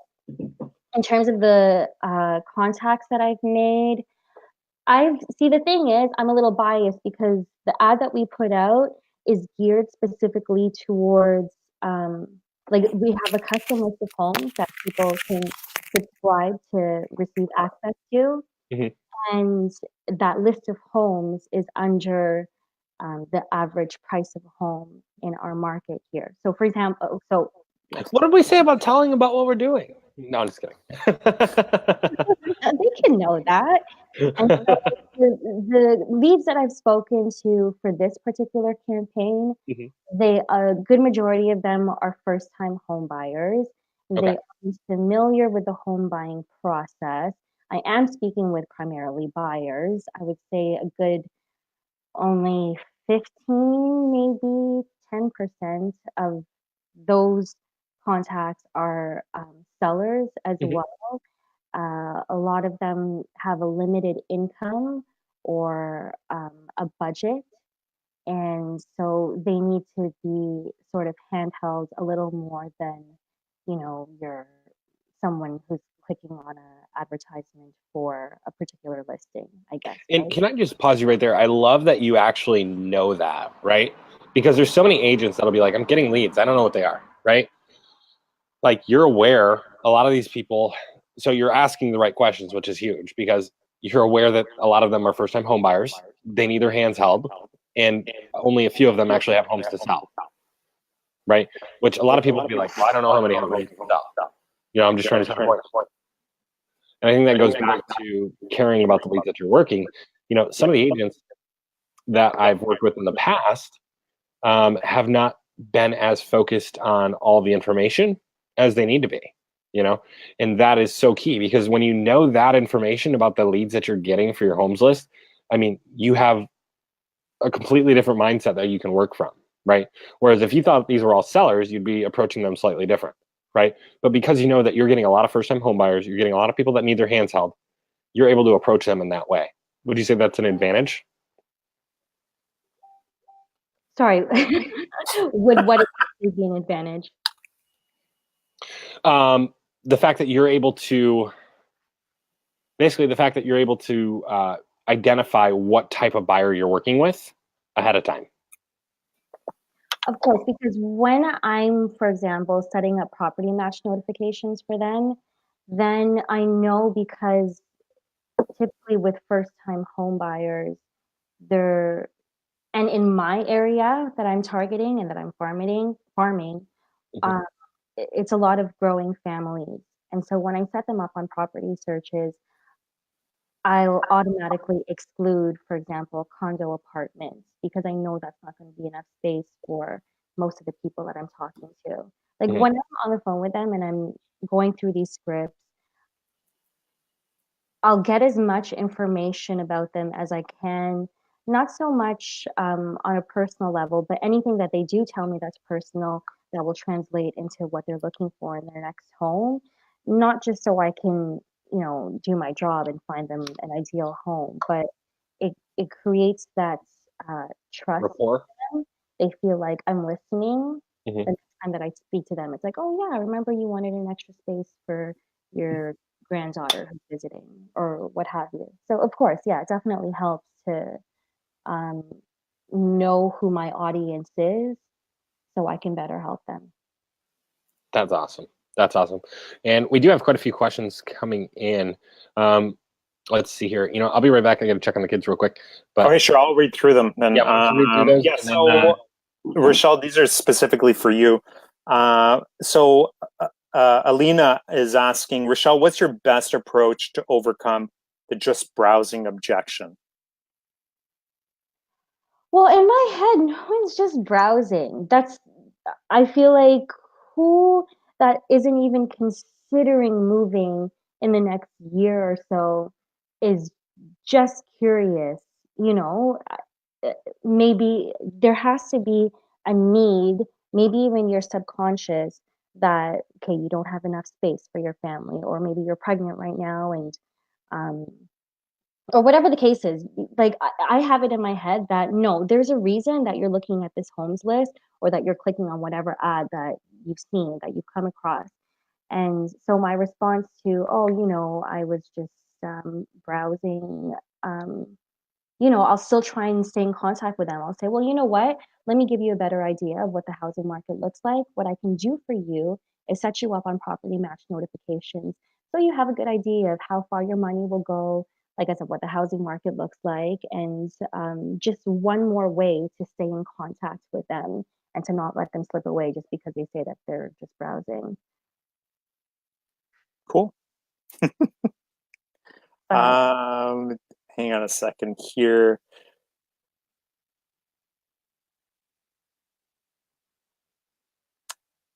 Alina says, anyone who sits in front of YouTube for a month till 11 p.m. and practices her scripts, serious about her craft. Awesome job. Alina. I think you got a fan, Rochelle. Alina's awesome. Oh, that's cool. I'm really What, Matt? You just jump in and you start laughing. What? I don't even know what we're talking about. I know. I just wanted to sorry. Nate asks, how many leads on average daily do you get for $20 a day budget with a good ad? I mean, you just basically divide that by, like, we're generating leads right now through, I think, actually, I was just looking at the stats. I sent them to Matt there, see if he could throw them up, but I know, it won't let me add them on here. it won't, eh? So No. I was just looking at, it was 342 right now. That's our average. So 342. I think we're generating anywhere between, what are you getting, like 5 to 6 leads a day right now through Facebook? Somewhere around that, eh, Rochelle? Yeah, 3 to 5. 3 to 5? Yeah. So some days are better. Yeah. So some days are better, and that's what we're spending about $20 or so. Right. And yeah, that's kind of what we're getting. Of course, different. And I'm actually shocked at like how well the ads are doing here, because the market is like, it is a tougher market. There's a ton of competition. We've got for anybody that cares, we have over 50,000 agents in the area for 7.5 million people. It's crazy. So it's like I think it's like a I don't know. I think it's like a 14-to-1 ratio. Don't quote me on that, but Matt, you're the math guy, so We you can do math on that and find out the answer. I'm the math guy. Did you really just say that, Mr. Spreadsheet? Yeah, you're the math guy. So okay, wait, No, I'm a real estate agent, so I can give you 3% of anything, but I can't. Okay, so exactly. So what's the commission on $785,000, right? For 3%. $785,000 Canadian or US dollar? No, I'm trying to think offhand. What is it? 22.5 plus some. Okay, forget it. Doesn't matter. I know it's 22.5 plus some change. Anyway, It doesn't matter. I had another question too. So specifically, somebody said you have to help me get my lead cost down from $8. Who said that? That's Doug. Doug. Yeah, he's in Yes, California. we definitely do need to help you do that. Doug, I think you bought the master. Doug, did you buy the master class? Yeah, Doug's one of my students actually. Doug, you got the master class, man. You should be $3. Change your pictures. Change your pictures. Yeah. I'm telling you. Copy the ad in the master class verbatim. Yeah. Or replace it with houses that match the area that you're marketing in. But do that, and if you have problems and you're mimicking it exactly with new pictures that match the homes in your area, then message us. Doug, don't put backyard pictures in your ads. Yeah. Nobody cares about backyards. Make sure you don't have those weird real estate pictures from Ellen or something as your picture. You guys ever see those? Like, no. Ellen has this like crazy realtor photos, and they're just always these photos of like people standing in the bathroom mirror taking a picture of the bathroom or something like that. Like just crazy things that end up on the MLS, and you're like, really? No, I haven't. Oh, you mean like as in an agent taking the pictures, and the agent that happens to be in? Yeah, I've seen those. Yeah. Don't use those. Doug says, "How about me on there, the lovable old guy?" Doug, That's awesome. I'm sure you're a lovable old guy, but we don't want people in the pictures when we're selling houses. Okay, so I've got one last question for Rochelle. If anybody else has questions, post them down below. I thought you said Rochelle had a bunch of questions for me. I was thinking I was going to get him. Oh, yeah, I just here, but yeah, you're right. Absolutely right. Okay, Rochelle, go ahead. Sorry. No, let Shane ask your question first. No, Rochelle, it's okay. I'm just kidding. I'll ask my question at the end because I think it's a good question. I think it'll be good for the end of the show. Rochelle is the star tonight. Don't hug the floor, fellas. Fair enough. So Steve and I were actually talking the other day about. So what had happened was I met with a lead from the Facebook ad, and I didn't qualify her enough on the phone. Mm-hmm. I ended up meeting up with. Tell us a little bit more about what that means when you say you didn't qualify them enough on the phone. What makes you say that? Oh, well, because I didn't even ask her if she had a down payment for a mortgage.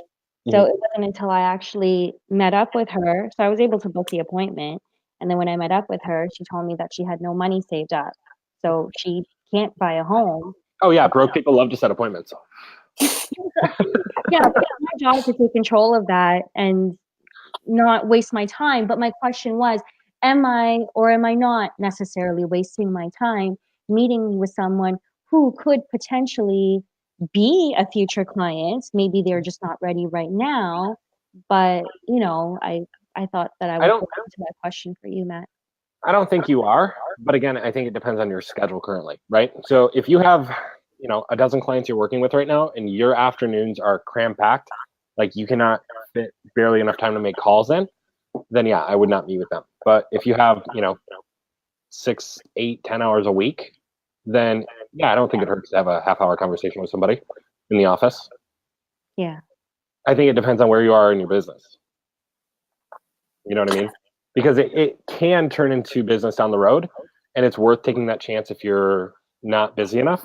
But if you're so busy that would take away from clients that are ready to go, then I would say no. Does that make sense? For sure, absolutely.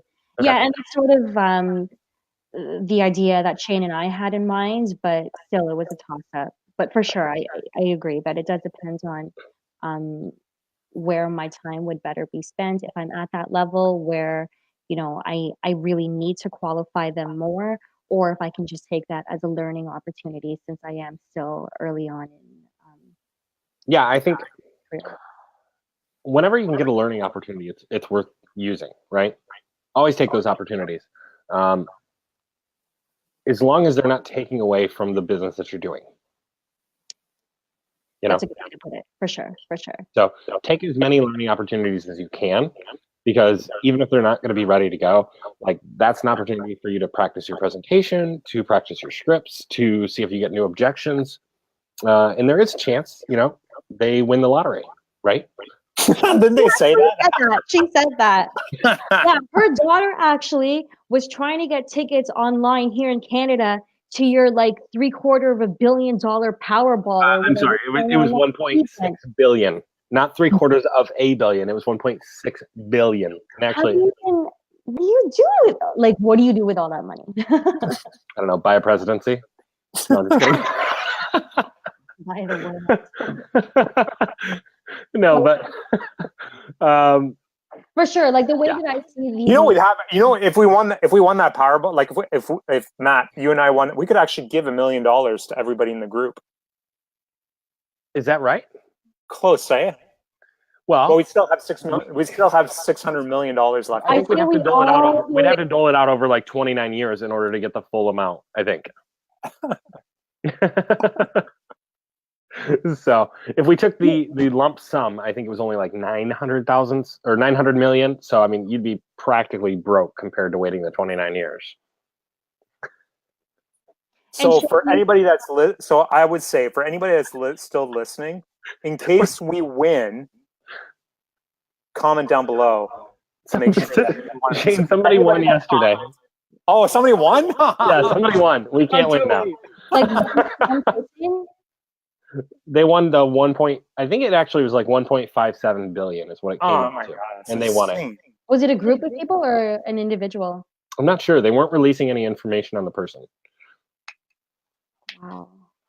I think at that point, it's like, putting a price on their head. Yeah.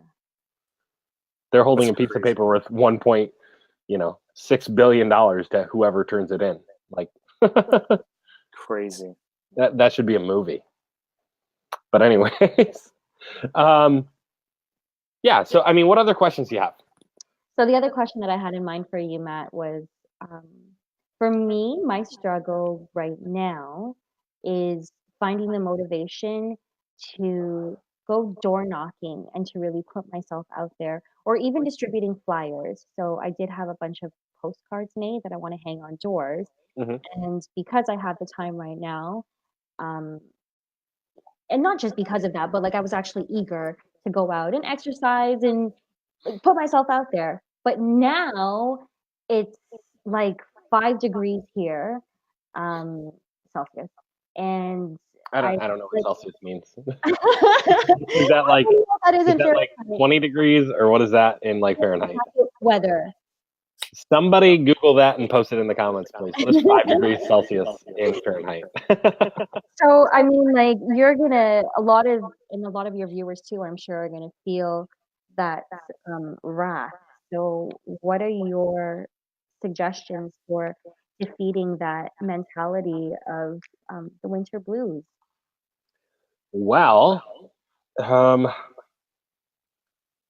there's a lot to that answer. Here we go. Everybody sit back, grab a drink. This is why when Shane's like, "Hey, would you record some of your coaching calls?" and I'm like, "Yeah, but it turned out to be so abnormal." Like they're never normal. But anyways. So how do you find the motivation to get out there and door knock? Is that kind of a question?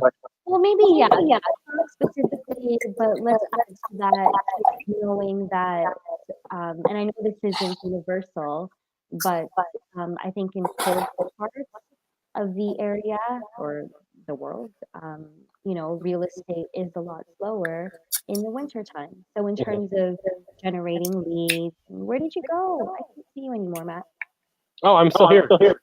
Okay, so in terms of generating leads, and yeah, going out there for people who do go door knocking or deliver their own flyers or what have you, what's your advice for keeping them motivated? And yeah, So how do you stay motivated? Is that close? I'm trying to like narrow down the question there. Okay, Matt, how much of that bottle have you drank tonight? There's a little bit left. This is what No, but, happens like, when you get on at the end of the show. Down the question. Is it specific to door knocking? There's a little bit of echo, so it is tough to hear you. But can she hear me? I don't know. no. She said she No. lost. Hey, sign out, sign back in. Rochelle? No, not you, Matt. Rochelle, sign out, sign back in. Like just there you go. Lobby her and bring her back. Yeah. There we go. All right. Can you see me now? Yeah, and I can hear you much better. Okay, cool. No, I was saying, is it specific to door knocking or specific to motivation during the winter season? Motivation during the winter season. Okay, so motivation during the winter season. Sorry, Okay. including door knocking and knowing that in colder areas that the real estate market tends to be a lot slower, or the slowest time of the year.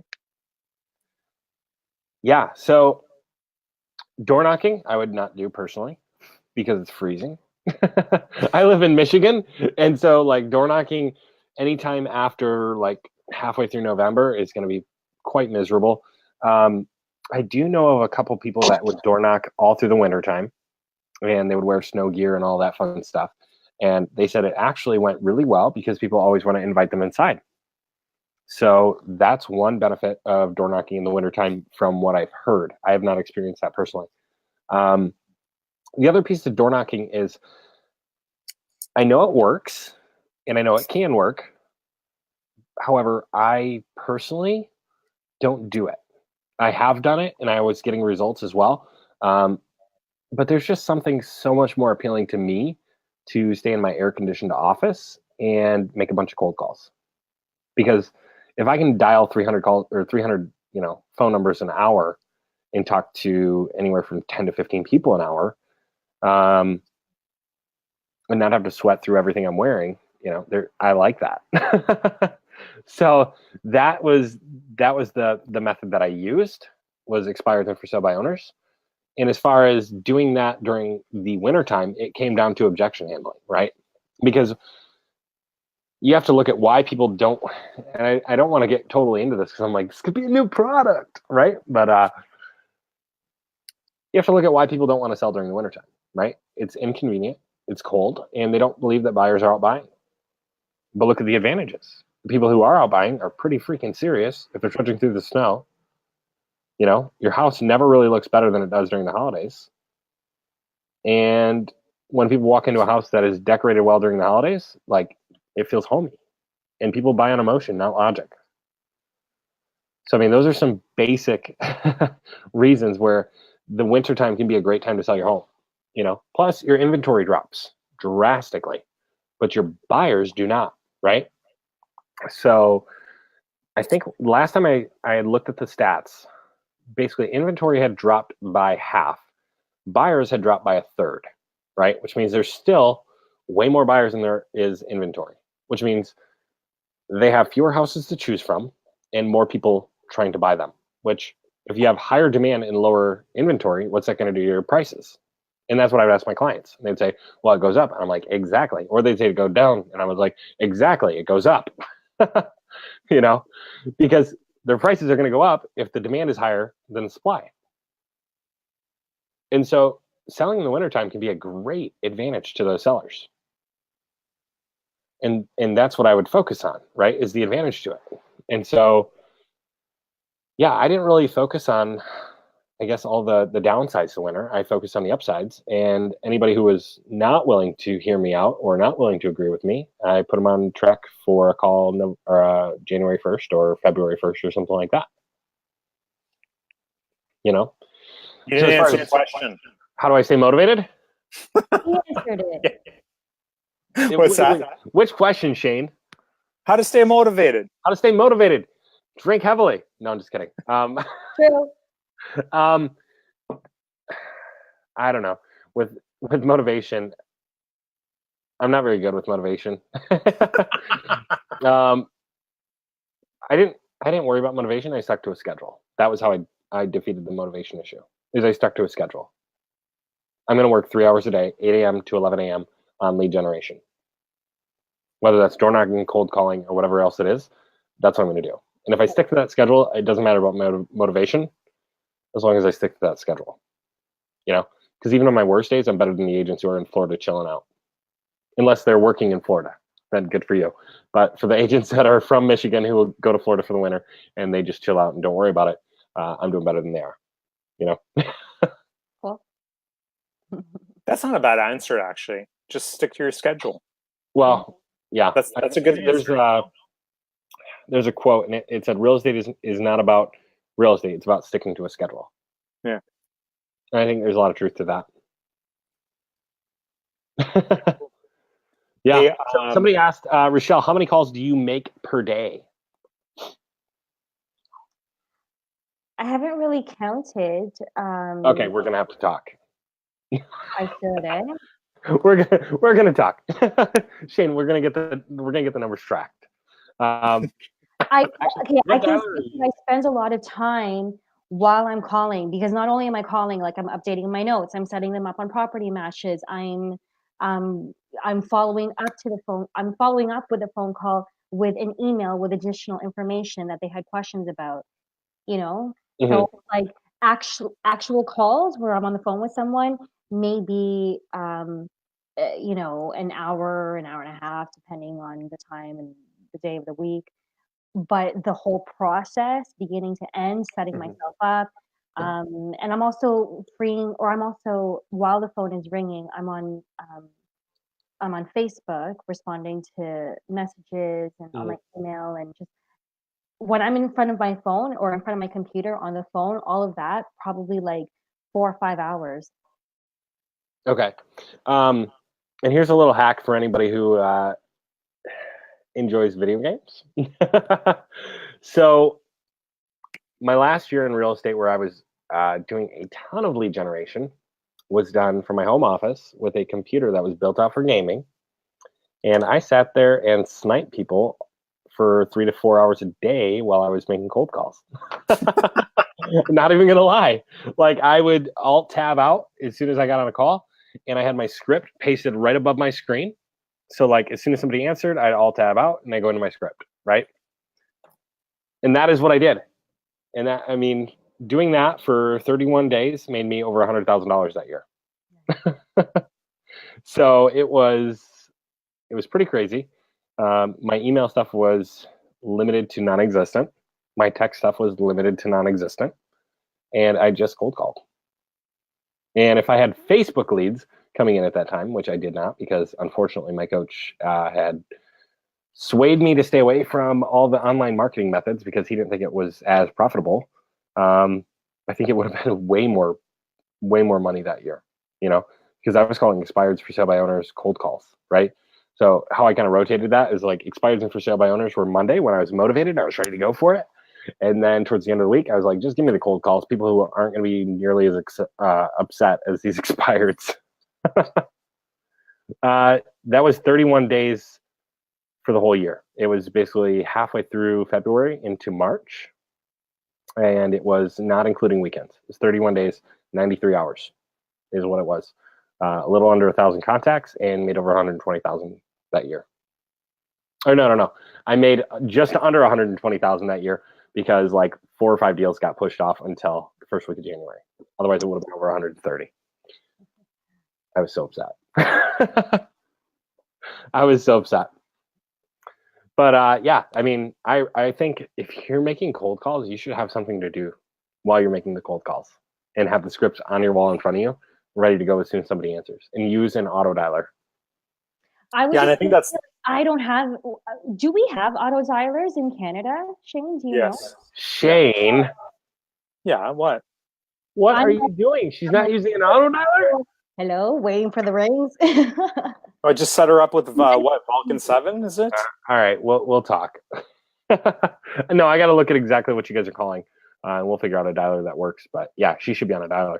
Yeah, I You're think gonna have to Vulcan wait. 7 would probably be the best. Well, Vulcan 7 is going to get you expired and for sale by owner data, and give you a single line dialer. But it's Like, also what else? What else would we're not going to use a dialer for Facebook ads unless you're No. generating 500 Facebook- a day. right. But it depends on your call list. If she's, can you guys call expires in Canada? I didn't think you could. No, we cannot. Okay, so you can only call FISBOs. So Mojo will work, and it's way cheaper than Yeah, Vulcan. but it's okay. Hang on, let's just go back to this. Can you call expires? Like, you can. Shane, this is recorded. No, but you can as long as they don't check the box, or as long as they do check the box, right? Can you not? On the listing agreement. Oh, I'm not sure what the expired laws are in Canada, so I'm not even gonna go there. No, but as long as they check the box or uncheck the box that somebody can contact you, then you can call them. yeah. Except that 99.9% of people check the box saying "Do not contact me." All right, so you have But, okay, there is a gray, 100%. no, there is a gray area where there's no certain number of days. It doesn't explicitly state anywhere in the listing agreement how many days after their home expires can I, as an agent, contact them. Like, you can't say like, okay, fine, no, don't contact me, but how long do I have to wait? Can I contact you like in 60 days or can I contact you tomorrow? There's no set in stone rule in regards to how long. Let's just tell a little story about a team that I'm aware of that makes expired calls before they expire. How do they do that, you ask? Well, they pull up. Give us your knowledge. They pull up a list of expireds. They take those, they hand them off to a virtual assistant and say, go pull me, 10 houses around this expired. And then they simply circle prospect. They circle prospect and end up talking to expireds. What do you mean? Yeah, what do you mean they circle prospect? So I'm basically what they're doing is they're taking the expired, they're pulling 5 to 10 other houses in the area around that single expired, so that they can say that they're just circle prospecting and basically cold calling a neighborhood. Oh. They're using those 5 to 10 other people as an excuse to be cold calling and not calling expireds. I'm not going to tell you what you should or shouldn't do as an agent. What's that? Are you saying that they're fabricating like a list of homes that they're prospecting, and it just so No, they're pulling a real list, but they're including an expired in that list. Purposefully, yeah. Okay. Yeah. So that would be a huge gray area. Calling that in Canada after it expires is probably way less gray than what they were doing. They were calling them 3 days before they would expire. Yeah, and knowing that they had just, like, they're still in their contract. Yeah, knowing they're still in their contract. Mm-hmm. But because it was a circle prospect and they called around the neighborhood, technically, that's what they were doing. Me and Shane completely in the gray area. I disagree with doing that while somebody's listed. Now, being in Canada and doing it after somebody expires, like that's a whole different gray area that I haven't made a decision on. But that's something that people do. So if you're looking for little cheat codes or gray areas that you can think about, that's one of them. No, we play by the rules, man. I play by the rules too, which is why I pretty much stopped doing expireds because the do not call list was getting ridiculously. What's that? I was gonna say Shane could write a book about gray areas in real estate by Shane Hillier. Hey, there's our next product, Shane. Amazon bestseller. Like, why don't you tell them about what you told me about FISBOs and bringing in a client? And do you want to mention that story? Because that was a sort of gray area. FISBOs. Oh yeah. Well, I mean, it was one of my clients that told me, it's like, hey, you want to get do you want to get in front of FSBOs and convert them? Just bring somebody. Like I guess the I've heard this before as well. yeah, like the strategy is call the FSBO, say, hey, listen, I just want to come over and take a look at the house. I might have a client, and then you get to the house, and then you basically walk around the house, you build up a relationship, rapport, blah blah blah, whatever, and you walk away, right? Hopefully, maybe you can get a FSBO from it. My client, what they were saying is like, no, bring your husband or your wife, and they're your client, or just bring a friend.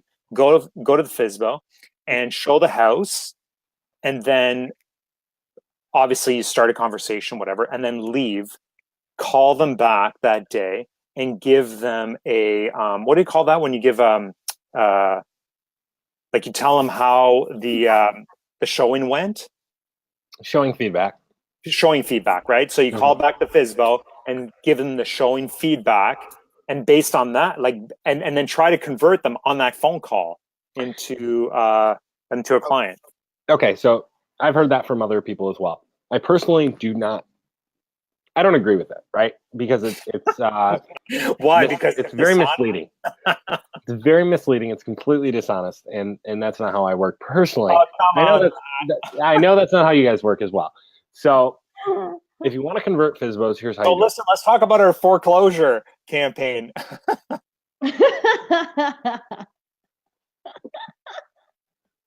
Shane disconnected everybody. I don't know what happened. You just disconnect him. Oh, there he is. Okay. What happened there? You don't want to talk about that? Sorry, Shane. Make better choices. No.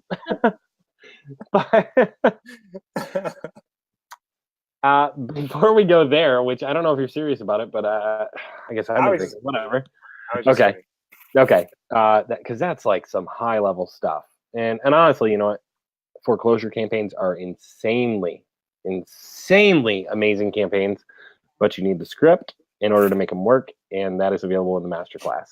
So, anyways, how do you convert a FSBO? They're super easy, you guys. It is super easy. Most FSBOs, I think when you look at the studies, it's like 3 out of 4, or I don't know, 2 out of 3, something like that, end up listing with a realtor within 8 weeks. Okay. So if you want to list FSBOs, all you have to do is call them up, say, hey, I'm a real estate agent in your area, and I like to be aware of all the properties that are on the market, not just the ones on the MLS. Is it okay if I come by, take a look at your property, just in case I have a buyer who's interested in the future? And they say yes, because they'd be stupid to say no, right?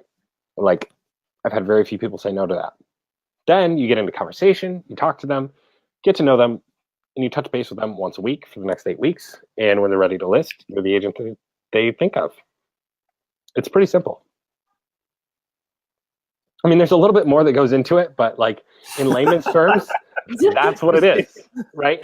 Like there are scripts along those 8 weeks that are really valuable to use. Well, yeah, and I mean, Rochelle, how many FSBOs did you call? 30? You landed 3 appointments. Yeah. Yeah, but let's not use Rochelle as an example there, because Rochelle was using a legit for sale by owner, I want to list your house script, not the one that I just mentioned. Because the one that I just mentioned, I wasn't even listening to you. Sorry, what was can you tell me again? Shane just disconnected it. No, just kidding. So the one that I was saying is basically, hi, I'm a real estate agent in your area, and I like to be aware of all the properties that are listed on the market, not just the ones on the MLS. Is it all right if I come by and tour your house in case I have a buyer in the future who might be interested and they can't find something on the MLS? That was really quick, but I hope you gathered that. Anyways, most for sale by owners are going to say yes. Okay, you call 10 of them, you're going to set 8 appointments most of the time. What Rochelle was doing, though, was she was actually calling and saying, I'm an agent, I want to work with you and list your home and help you get the most money for your home. And that is a very different appointment. So when you say she set 2 or 3 out of 30, like if you're using my script, like that's nothing. But if you're using the script that she is, that's impressive, right? Because you're actually going into that with the I want to list your house mentality. And the fact that they're giving you the time of day is huge, because for sale by owners, a lot of times they're a high D because they think they can do everything on their own. That's why they're listing their home. So the fact that you're doing that is awesome. Here's the crazy part, though, about if there's any agents out there, I was shocked by what was it, Rochelle? The one person you called and you asked them, like, hey, how many like real estate real estate people have called you? Like, how many agents have actually called you? And I think you said like 15. Yeah, 15, I think. I And think it then was 15. and then he said that he was interviewing me and 2 others. Okay, but so then the fact that this guy only got called by 15 people in a region where there's 50,000 real estate agents, it just goes to show like how many agents are not doing this. It's such a, anyways. I know most of what we cover is Yeah, no, I region. I used to use that in expired conversations, right? So when I'm calling somebody and they're like, you know what, I've already had 16 different agents call me today, and I'm like, well, that's pretty impressive because there's 2,500 agents in the area. So you already know the next 16 that are actually working today. So when is a good time for us to sit down and go over the marketing process? Yeah. And they usually laugh a little bit and then you go into your script. But I mean, that's part of it, is like disengaging them from this, like, I want to kill realtors mode to talking to you. And when you can make a little joke in the beginning, it's a good way to get past that. Yeah. There's only 16 realtors working today. That's pretty impressive. Thanks for letting me know. So how soon are you thinking about selling your home? Just keep moving. Most of that stuff is just a brush off. And I think that was actually a question that came up earlier. How do you deal with people? Where to go? Let me find this. How do you deal with people with a just browsing objection? Rochelle, you want to take a shot at that one? We already covered. Did we? Did I miss that? You took off. You went to the bathroom or something. Let's check on the kids. I don't ever pee. No, I'm just kidding. I had to pee. Whatever. Anyways, guys, I think we've been on for long enough. It's been, an hour and a half or so. And Rochelle, you've been hanging out with us for probably too long now. An hour and a half. Yeah, if we started on time. I'm just kidding. It's actually been 2 hours. It's actually been 2 hours. So 2 hours and 6 minutes. 7 minutes. It's been an hour for Steve. And then Rochelle, you've been on for an hour, which I think honestly, I think a lot of people have gotten a lot out of this. I had another question, but since Matt interrupted me so many times. What? No, I know, throwing me out of the show. Like, what is that? All right, here you go. Shane, you're front and center now. No, awesome. I forgot my question. What was that? I don't remember. Rochelle, do you have any other questions? Before we go into the after party and answer all the real questions. No, I'm just kidding. No, I think I'm good. I'm gonna have an after party myself. Somebody says we need Rochelle more often brings civility to the group. Come on, we're not uncivil. Well, this is kind of interesting because Rochelle's actually. This is the first. She's the first female or girl that we've had on the show. Yes, I know. I told you. I know. It was awesome. No, it's great. Shane, do you have someone else booked for next week? Yes, actually. And I should say something about this, right? So, anybody that's sticking around, we have somebody pretty cool coming up. It's a marketer, but I think you're going to really enjoy this episode next week. This marketer is basically generating $20,000 a day. I'm not putting it. The name's coming this week, probably Tuesday, Wednesday. But okay. She's doing $20,000 a day, bringing on 6 clients at a time. Really, really excited about this, and it's going to be really interesting. So I'm excited to have her on board. She's also a student that's part of my program, so that should be really. I'm pretty excited to have her on as well. So, yeah, I am super stoked to hear exactly what she's doing. I know. I want to hear what exactly. It's like, what are you doing as a marketer? We will not be taking questions from the audience because I'm going to be taking notes the whole time and asking my questions. But yeah, and I think we were talking about this earlier too. It's like, are we being sexist by not having any women on the show, right? And it's like that's what you were talking about earlier. So, but no, it just happens to be that intimidating, Shane. Nobody messages you except for these young guys who are looking for marketing help. No, that's not true. I'm totally kidding. Yeah, I'm totally kidding. Yeah. But for real, if you want to be on the show, like, message us. Like, we're always looking for new people. So we might say no, or we might say yes. Absolutely. Well, so listen, Matt. Probably. why don't we wrap this up? I did the intro. Why don't you do the outro? Rochelle, thanks so much for popping on and hanging out with us. It was a great time.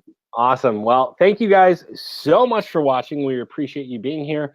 Rochelle, make sure to stick around for the after party. But again, we appreciate everybody so much for being on here, for commenting, for sticking around. If you guys made it all the way to the end, hashtag Trooper, hashtag replay. If you're watching the replay and you watched it all the way to the end, Trooper replay or something like that. I don't know. Make something up. We'll enjoy it. But anyways, thanks again for watching, and we'll be back next week, 9 p.m. Eastern time-ish on Thursday night. Take care. Bye, guys. See you. My computer lags. I'm trying to end broadcast. Oh my God.